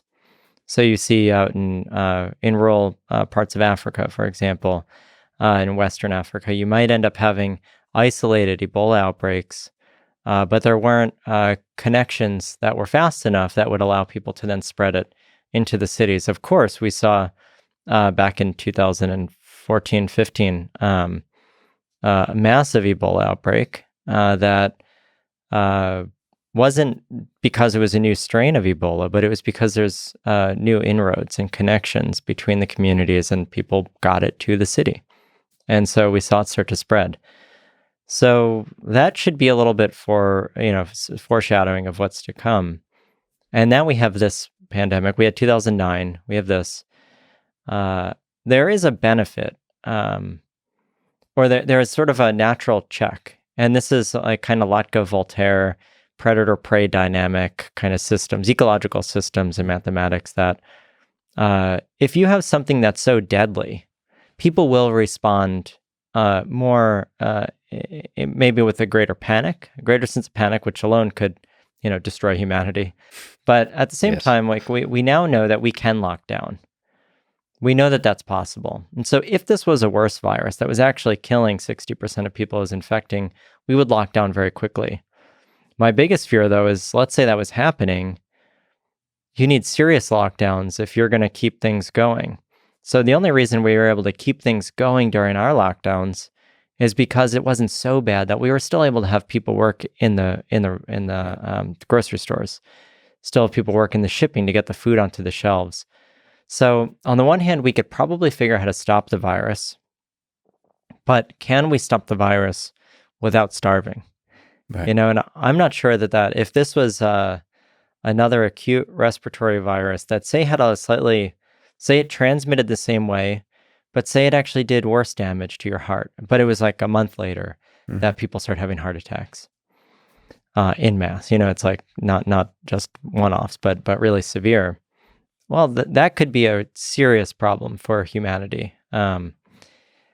So in some ways, I think that there are lots of ways that we could end up dying at the hand of a virus. I mean, we're already seeing it. My fear is still, I think coronaviruses have demonstrated a keen ability to destroy or to create outbreaks that can potentially be deadly to large numbers of people. Flu strains, though, are still, by and large, my concern. So you think the bad one might come from the flu, the influenza? Yeah, their replication cycle, they're able to genetically recombine in a way that coronaviruses aren't. They have segmented genomes, which means that they can just swap out whole parts of their genomes, no problem, repackage them, and then boom, you have a whole antigenic shift, not a drift. What that means is that on any occasion, any day of the year, you can have, boom, whole new virus that didn't exist yesterday. And now with farming and industrial livestock, we're seeing animals and humans come into contact much more. Just the opportunities for an influenza strain that is unique and deadly to humans increases, all the while transmission and mobility has increased. It's just a matter of time, in my opinion. What about from immunology perspective of the idea of engineering a virus? So not just the virus leaking from a lab or something, but actually being able to understand the protein, like everything about what makes a virus enough to be able to figure out ways to maybe targeted or untargeted attack biology Subvert system. immunity. Yeah. Yeah. Is that something, obviously that's somewhere on the list of concerns, but is that anywhere close of the top 10 highlights along with nuclear weapons and so on that we should be worried about? Or is the natural pandemic really the one that's much greater concern? I would say that the former, that man-made viruses and genetically engineered viruses should be right up there with the greatest concerns for humanity right now. We know that the tools, for better or worse, the tools for creating a virus are there. Yeah. We can do it. Heck, the human species is no longer vaccinated against smallpox. I didn't get a smallpox vaccine. You didn't get a smallpox vaccine, at least I don't think. And, so if somebody wanted to make smallpox and distribute it to the world in some way, it could be exceedingly deadly and detrimental to humans. And that's not even sort of using your imagination to create a new virus. That's one that we already have. Unlike the past, when smallpox would circulate, you had large fractions of the community that was already immune to it. And so it wouldn't spread, or it would spread a little bit slower. But now we have, essentially, in a few years, we'll have a whole global population that is susceptible. Let's look at measles. We have measles. I have, there are some researchers in the world right now, which for various reasons are working on creating a measles strain that evades immunity. It's not for bioterrorism, at least that's not the expectation. It's for using measles as an oncolytic virus to kill cancer. And the only way you can really do that is if your immune system doesn't, if you take a measles virus, and there's, we don't have to go into the details of why it would work, but it could work. Measles likes to target potentially cancerous cells. But to get your immune system not to kill off the virus, if you're trying to use the virus to target it, you maybe want to make it blind to the immune system. But now imagine we took some virus like measles, which has an R0 of 18, transmits extremely quickly, and now we have essentially, let's say we had a whole human race that is susceptible to measles, and this is a virus that spreads orders of magnitude easier than this current virus. Imagine if you were to plug something toxic or detrimental into that virus and release it to the world. So it's possible to be both accidental and intentional. Absolutely. Right? Yeah, an accident. So Mark Lipsitch, who's a good colleague of mine at Harvard, we're both he's the director of the Center for Communicable Disease Dynamics, where I'm a faculty member. He's spoken very, very forcefully and he's very outspoken about the dangers of gain-of-function testing, where in the lab we are intentionally creating viruses that are exceedingly deadly under the auspices of trying to learn about them. So that the idea is that if we kind of accelerate evolution and make these really deadly viruses in the lab, we can be prepared for if that virus ever comes about naturally or through unnatural means. The concern, though, is, okay, that's one thing, but what if that virus got out on somebody's shoe? Just what if? If the effects of an accident are potentially catastrophic, is it worth taking the chances just to be prepared a little bit for something that may or may not ever actually develop? And so it's a serious ethical quandary we're in, how to both be prepared, but also not cause a catastrophic mistake. As a small tangent, there's a recent really exciting breakthrough of AlphaFold 2 solving protein folding or achieving state-of-the-art performance on protein folding. And then I thought proteins have a lot to do with viruses.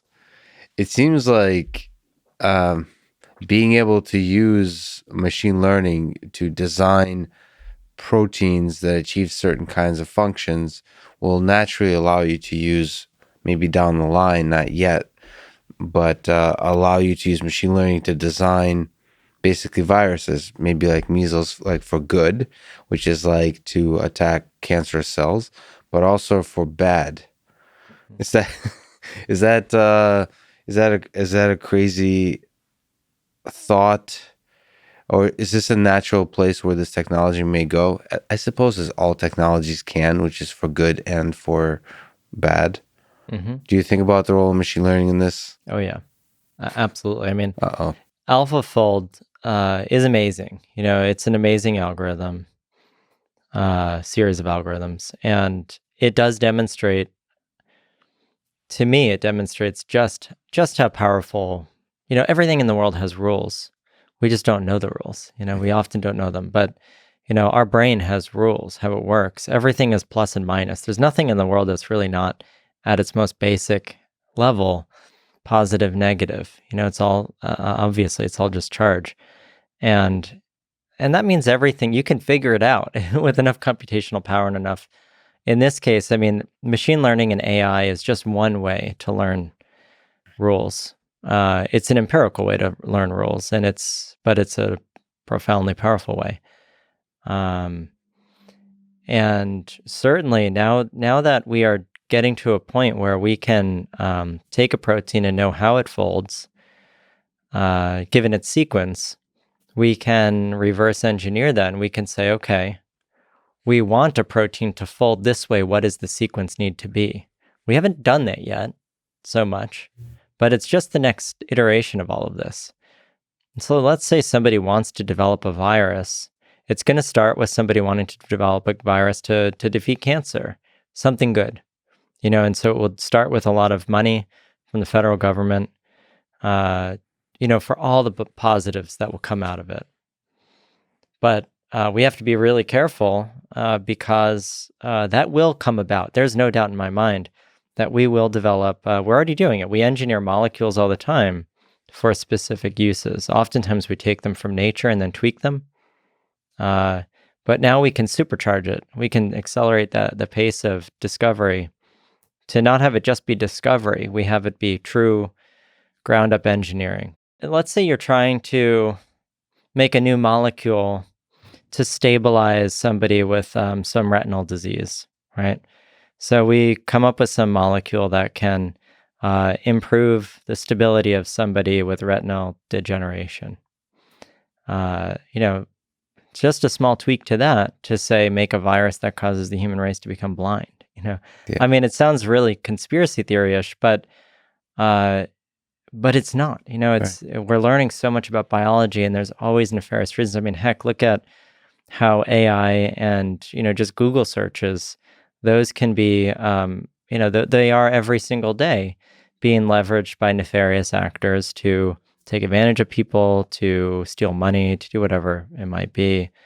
Eventually, probably to create wars, or already to create wars. And I mean, I don't think there's any question at this point behind disinformation campaigns. And so it's being leveraged. This thing that could be wholly good is always going to be leveraged for bad. And so how do you balance that as a species? I'm not quite sure. Well, and the hope is, as you mentioned previously, that that we're able to also develop defense mechanisms. And there's something about the human species that seems to keep coming up with like ways to just like on the deadline, just at the last moment, figuring out how to avoid destruction. I think I'm like eternally optimistic about the human race not destroying ourselves, but you could do a lot of things that would be very painful. Yes.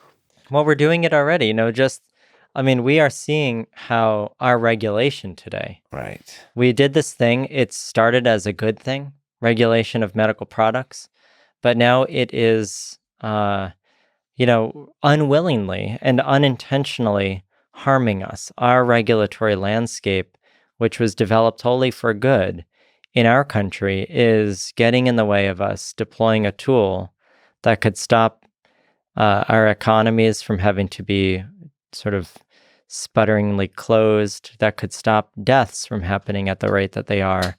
And it's, I think we will come to a solution. Of course, now we're going to get the vaccine, and it's going to make people lose track of like why we even bother testing, which is a bad idea. But we're already seeing that we have this amazing capacity to both do damage when we don't intend to do damage, and then also to pull up when we need to pull up, and stop complete catastrophe. And so we are an interesting species in that way, that's for sure.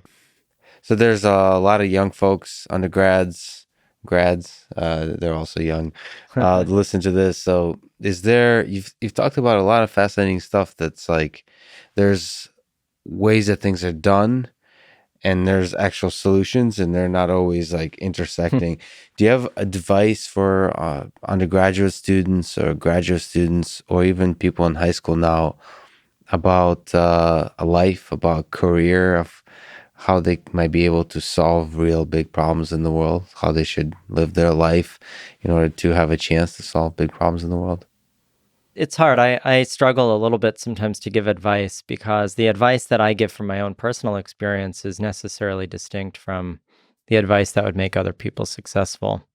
I have unending ambitions to make things better, I suppose. And I don't see barricades where other people sometimes see barricades. Now, even just little things like when this virus started, I'm a medical director at Brigham and Women's Hospital, and so I help to oversee molecular virology diagnostics. So when this virus started, wearing my epidemiology hat and wearing my sort of viral outbreak hat, I recognized that this was going to be a big virus that was important at a global level. Even if the CDC and WHO weren't ready to admit that it was a pandemic, it was obvious in January that it was a pandemic. So I started trying to get a test built at the Brigham, which is one of Harvard's teaching hospitals. The first encounters I had with the upper administration of the hospital were pretty much, no, why would we do that? That's silly. Who are you? And I said, well, okay, don't believe me, sure. But I kept pushing on it. And then eventually I got them to agree. It was really only a couple of weeks before the Biogen conference happened. We started building the test. I think they started looking abroad and saying, okay, this is happening, sure. Like, maybe he was right. But then I went a step further and I said, we're not going to have enough tests at the hospital. And so my ambition was to get a better testing program started. And so I figured, what better place to scale up testing than the Broad Institute? Broad Institute's this amazing, very high throughput, high efficiency research institute that does a lot of genomic sequencing, things like that. So I went to the Broad and I said, hey, there's this coronavirus that's obviously going to impact our society greatly. Can we start modifying your high efficiency instruments and robots for coronavirus testing? Everyone in my orbit in the hospital world just said, that's ridiculous. How could you possibly plan to do that? It's impossible. And to me, it was like the most dead simple thing to do. Right. But the higher ups and the people who think about, I think one of the most important things is to recognize that most people in the world don't see solutions. They just see problems. And it's because it's an easy thing to do. Thinking of problems and how things will go wrong is really easy because you're not coming up with a brand new solution. And this to me was just a super simple solution. Hey, let's get the Broad to help build tests. Every single hospital director, told me no, like it's impossible. My own superiors, the ones I report to in the hospital, said, Mike, you're a new faculty member. Your ideas, probably would be right, but you're too naive and young to know that it's impossible. Right. Obviously now the Broad is the highest throughput laboratory in the country, and Yes. and so I think my recommendation to people is, as much as possible, get out of the mode of thinking about things as problems. Sometimes you piss people off. I could probably use a better filter sometimes to try to be not so upfront with certain things, but it's just so crucial to always just bring it, think about things in new ways that other people haven't, because usually there's something else out there. And one of the things that has been most beneficial to me, which is that my education was really broad. It was engineering and physics, and then I became a Buddhist monk for a while, and so that gave me a different perspective. But then it was medicine and immunology, and now I've brought all of it together from a mathematics and biology and medicine perspective, and policy and public health. And I think that, I'm not the best in any one of these things. I recognize that there are going to be geniuses out there who are just worlds better than me at any one of these things that I try to work on. But my superpower is bringing them all together, and just thinking. And that's, I think, how you can really change the world. I don't know that I'll ever change the world in the way that I hope. But that's how you can have a chance. Yeah, that's how you can have a chance. Exactly. And I think it's also what, this, to me, this rapid testing program, this is the most dead simple solution in the world. And this literally could change the world, actually. It could change the world. It could change, and it is. There's countries that are doing it now. The U.S. isn't, but I've been advising many countries on it. And I would say that, some of the early papers that we put out earlier on, a lot of the things actually are changing. You don't always, unless you really look hard, you don't know where you're actually having an effect. Sometimes it's more overt than other times. In April, I published a paper that was saying, hey, with the PCR values from these tests, we need to really focus on the CT values, the actual quantitative values of these lab-based PCR tests. At the time, all the physicians and laboratory directors told me that was stupid. Why would you do that? They're not accurate enough. And of course, now it's headline news that, Florida, they just mandated reporting out the CT values of these tests because there's a real utility of them. You can understand public health from it. You can understand better clinical management. That was a simple solution to a pretty difficult problem. And it is changing the way that we approach all of the lab testing in this country. It's taken a few months, but it's starting to change because of that. And, that was just me saying, hey, this is something we should be focusing on. Got some other people involved and other people. And now people recognize, hey, there's actual value in this number that comes out of these lab-based PCR tests. So sometimes it does grow fairly quickly. But I think the real answer, my only answer, I don't know what, I recognize that some people are going to be really focused on and have one small but deep skill set. I go the opposite direction. I try to bring things together. And but the biggest thing I think is just don't see barriers. Just see there's always a solution to a barrier. If there's a barrier, that literally means there's a solution to it. That's why it's called a barrier. And just like you said, most people will just present to you, only be thinking about it and present to you with barriers. And so it's easy to start thinking that's all there is in this world. Yeah. And just think big. I mean, God, there's nothing wrong with thinking big. Elon Musk thought big, and then thinking big builds on itself. You get $1 billion from one big idea, and then that allows you to make 3 new big ideas. And there's a hunger for it. If you think big and you communicate that vision with the world, all the most brilliant and passionate people will just you'll attract them and they'll come to you. And then it makes your life actually really exciting. The people I've met at Tesla and Neuralink, I mean, there's just this fire in their eyes. They just love life. And it's amazing, I think, to be around those people.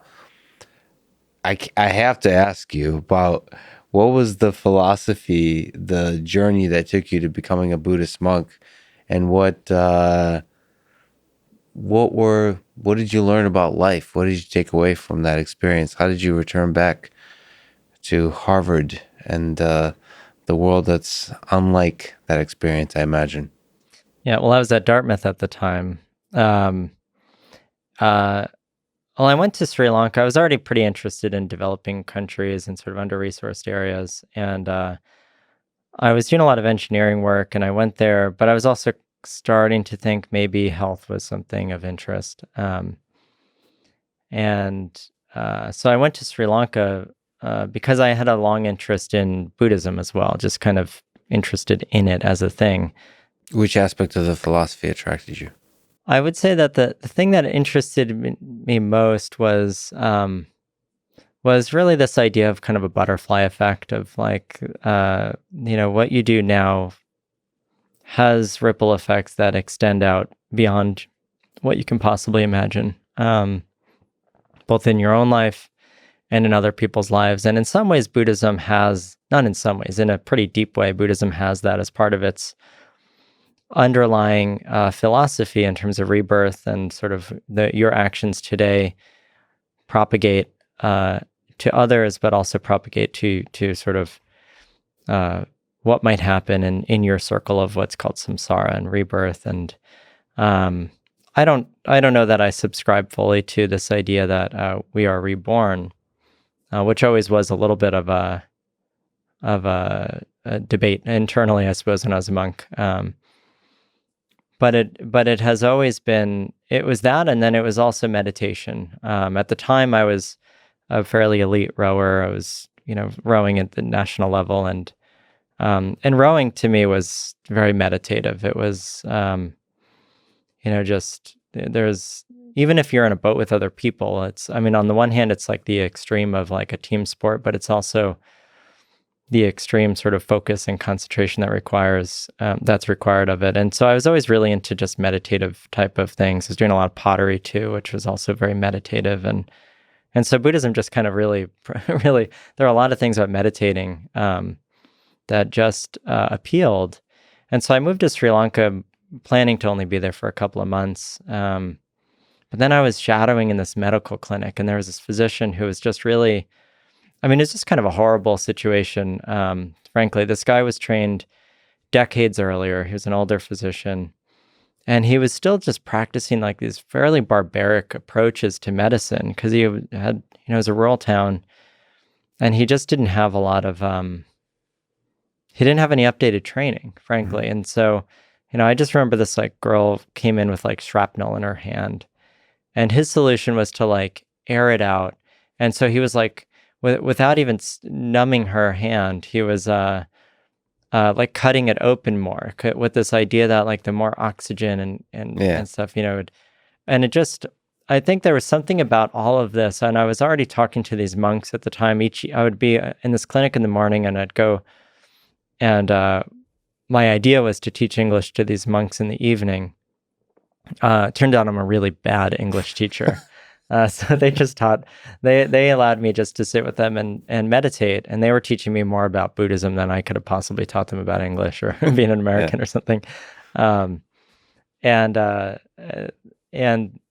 so I just slowly, I just couldn't handle being in that clinic. So more and more, I just started moving to, spending more and more time at this monastery. And then after about 2 months, I was supposed to come back to the States, and I decided I didn't want to. So I moved to this monastery in the mountains, primarily because I didn't have the money to like just keep living. So I was living in a monastery is free. Yeah. And so I moved there and just started meditating more and more. And then months went by, and it just really gravitated. I gravitated to the whole notion of it. I mean, it sounds strange, but meditating, almost just like anything that you put your mind to, became exciting. It became like there weren't enough hours in the day to meditate. And I would do it for 18 hours a day, 15 hours a day. Just sit there, and I hate sleeping anyway. But I wouldn't want to go to sleep because I felt like I didn't accomplish what I needed to accomplish in meditation that day, which is so strange because there is no end. but it was always, but there are these steps that happen during meditation that are very prescribed in a way. Buddha talked about them, and these are ancient writings which exist. I mean, the writings are real. They're thousands of years old now. And, so whether it was Buddha writing them or whoever, there are lots of different people who have contributed to these writings over the years. And, but they're very prescribed, and they tell you what you're going to go through. And I didn't really focus too much on them.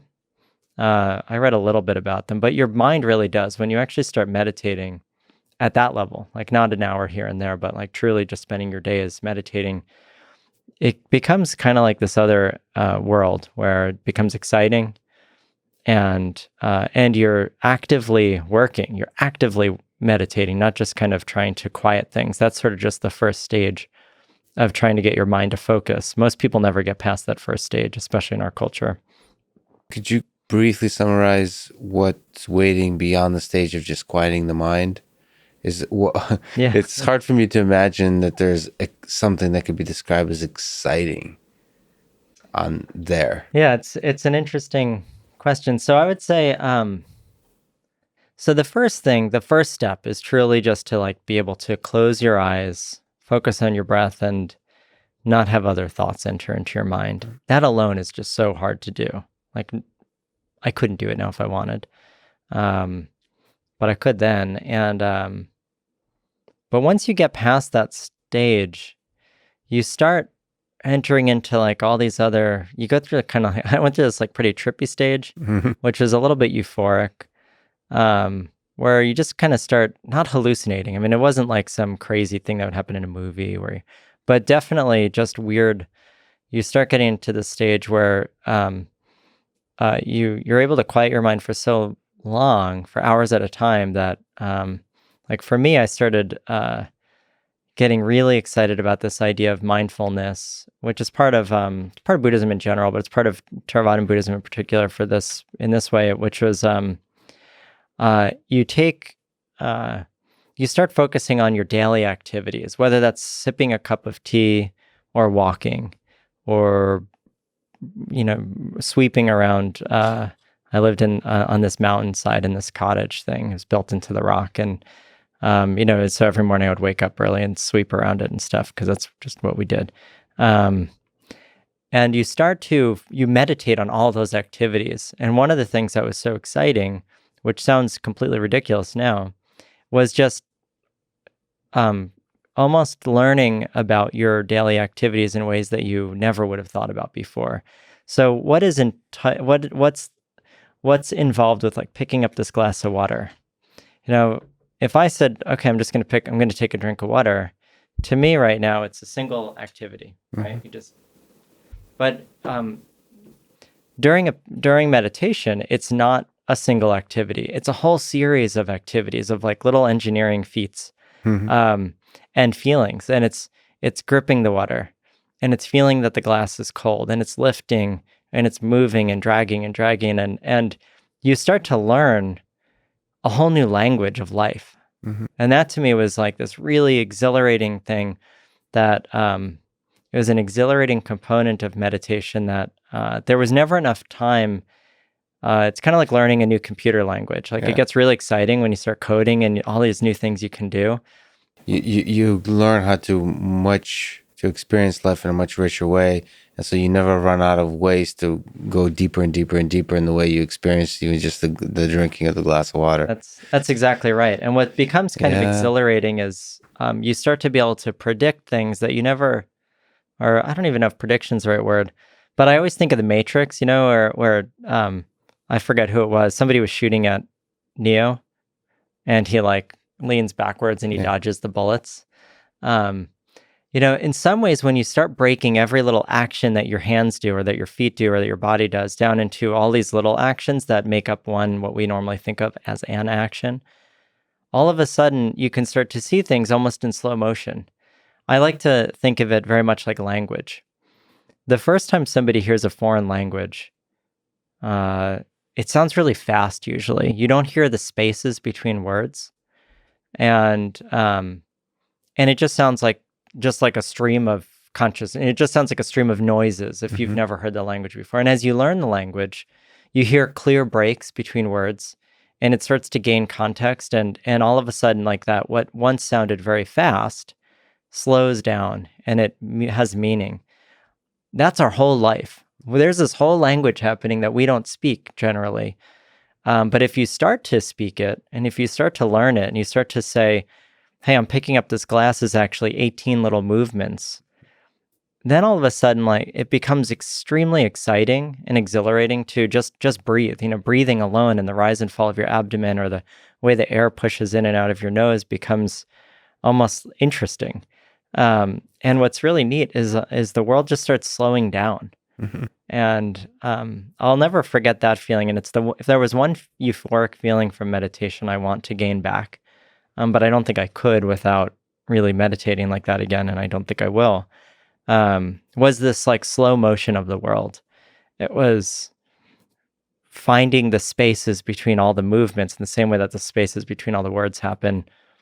And then it almost gives you this new appreciation for everything. It was really amazing. And so I think it came to an abrupt end, though, when the tsunami hit. I was there, and the Indian Ocean tsunami hit in 2004. And it was like this dichotomy of being a monk and just meditating in this extraordinary place. And then the tsunami hits and kills 40,000 people in a few minutes on the coast of this really small little country in Sri Lanka. And, then it like my whole world of being a monk came crashing down when I go to the coast.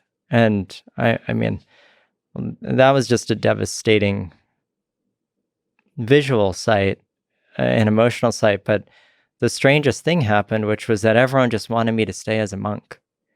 People in that culture, they wanted to. The monks largely fled from the coastlines. And so then there I was, and people wanted me to be a monk. They wanted me to stay on the coast, but be a monk, and not help in the way that I considered helping. They wanted me just to keep meditating so that they could bring me dana, like offerings, and have their sort of karmic responsibilities attended to as well. And so that was really bizarre to me. It was like, how could I possibly just sit around while all these people, half of everyone's family just died? And so in any case, I stopped being a monk, and I moved to this refugee camp and lived there for another 6 months or so, and just stayed there, not as a monk, but tried to raise some money from the US and tried to, I didn't know what I was doing. Frankly, I was 22. And I don't think I appreciated at the time how much of a role I was having in that community's life.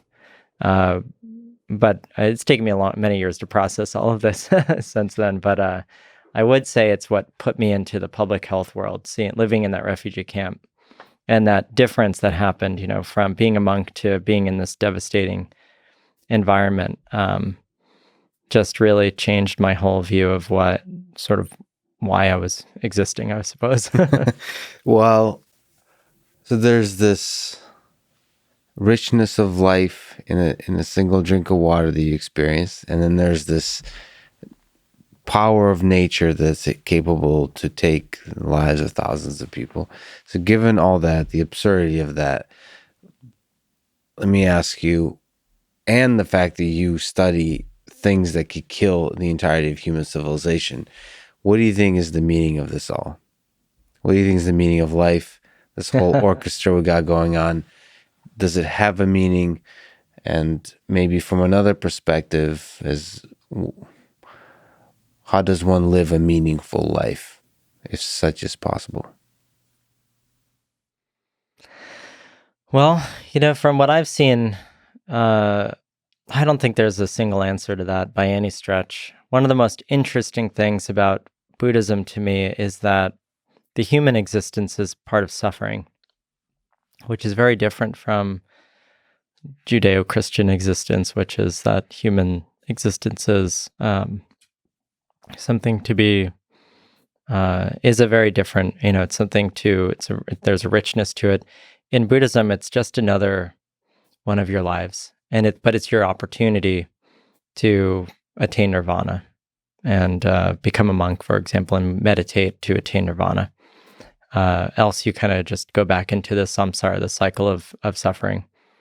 And so, when I look at, in some ways, the notion of life and what the purpose of life is, they're kind of completely distinct. This sort of Western view of life, which is that this life is the most precious thing in the world, versus this is just another opportunity to try to get out of life. The whole notion of nirvana, and in Buddhism, getting out of this sort of cycle of suffering is to vanish. If you could attain nirvana, throughout this life, the idea is that you don't get reborn.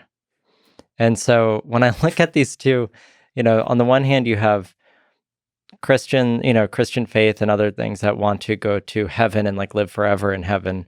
Then you have this other whole half of humans who want nothing more than to get out of the cycle of rebirth and just poof, not exist anymore. The cycle of suffering. Yeah. Yeah. And so how do you reconcile those two? And I guess... Do you have both of them in you?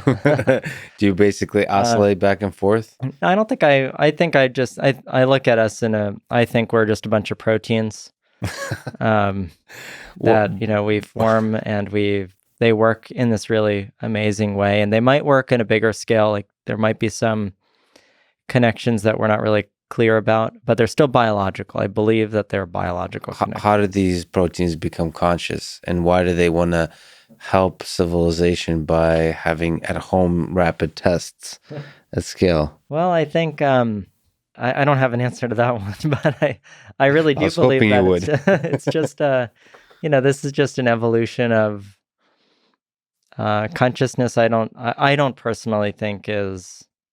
My feeling is that we're a bunch of pluses and minuses that have just gotten so complex that they're able to make rich feelings, rich emotions. And I do believe, though, on the one hand, I sometimes wake up some days, my fiance doesn't always love it, but, I kind of think we're all just a bunch of robots with like pretty complicated algorithms that we deal with.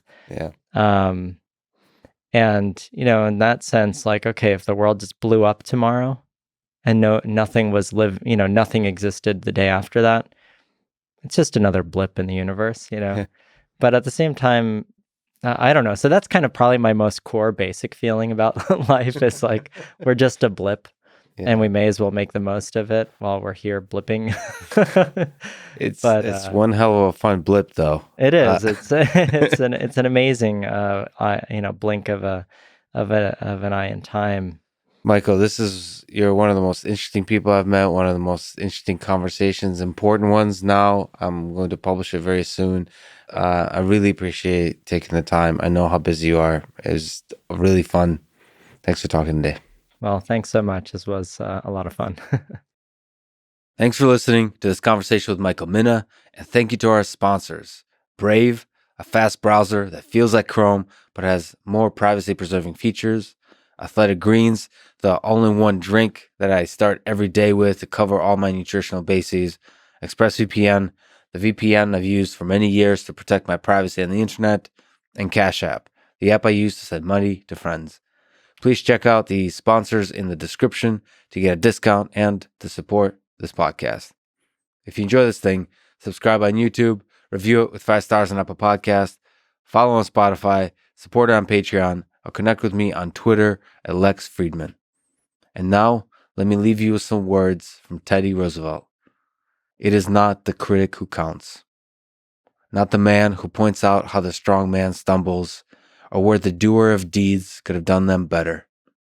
The credit belongs to the man who actually is in the arena, whose face is marred by dust and sweat and blood, who strives valiantly, who errs, who comes short again and again, because there is no effort without error and shortcoming, but who does actually strive to do the deeds, who knows great enthusiasms, the great devotions, who spends himself in a worthy cause, who at the best knows in the end the triumph of high achievement, and who at the worst, if he fails, at least fails while daring greatly, so that his place shall never be with those cold and timid souls who neither know victory nor defeat. Thank you for listening and hope to see you next time.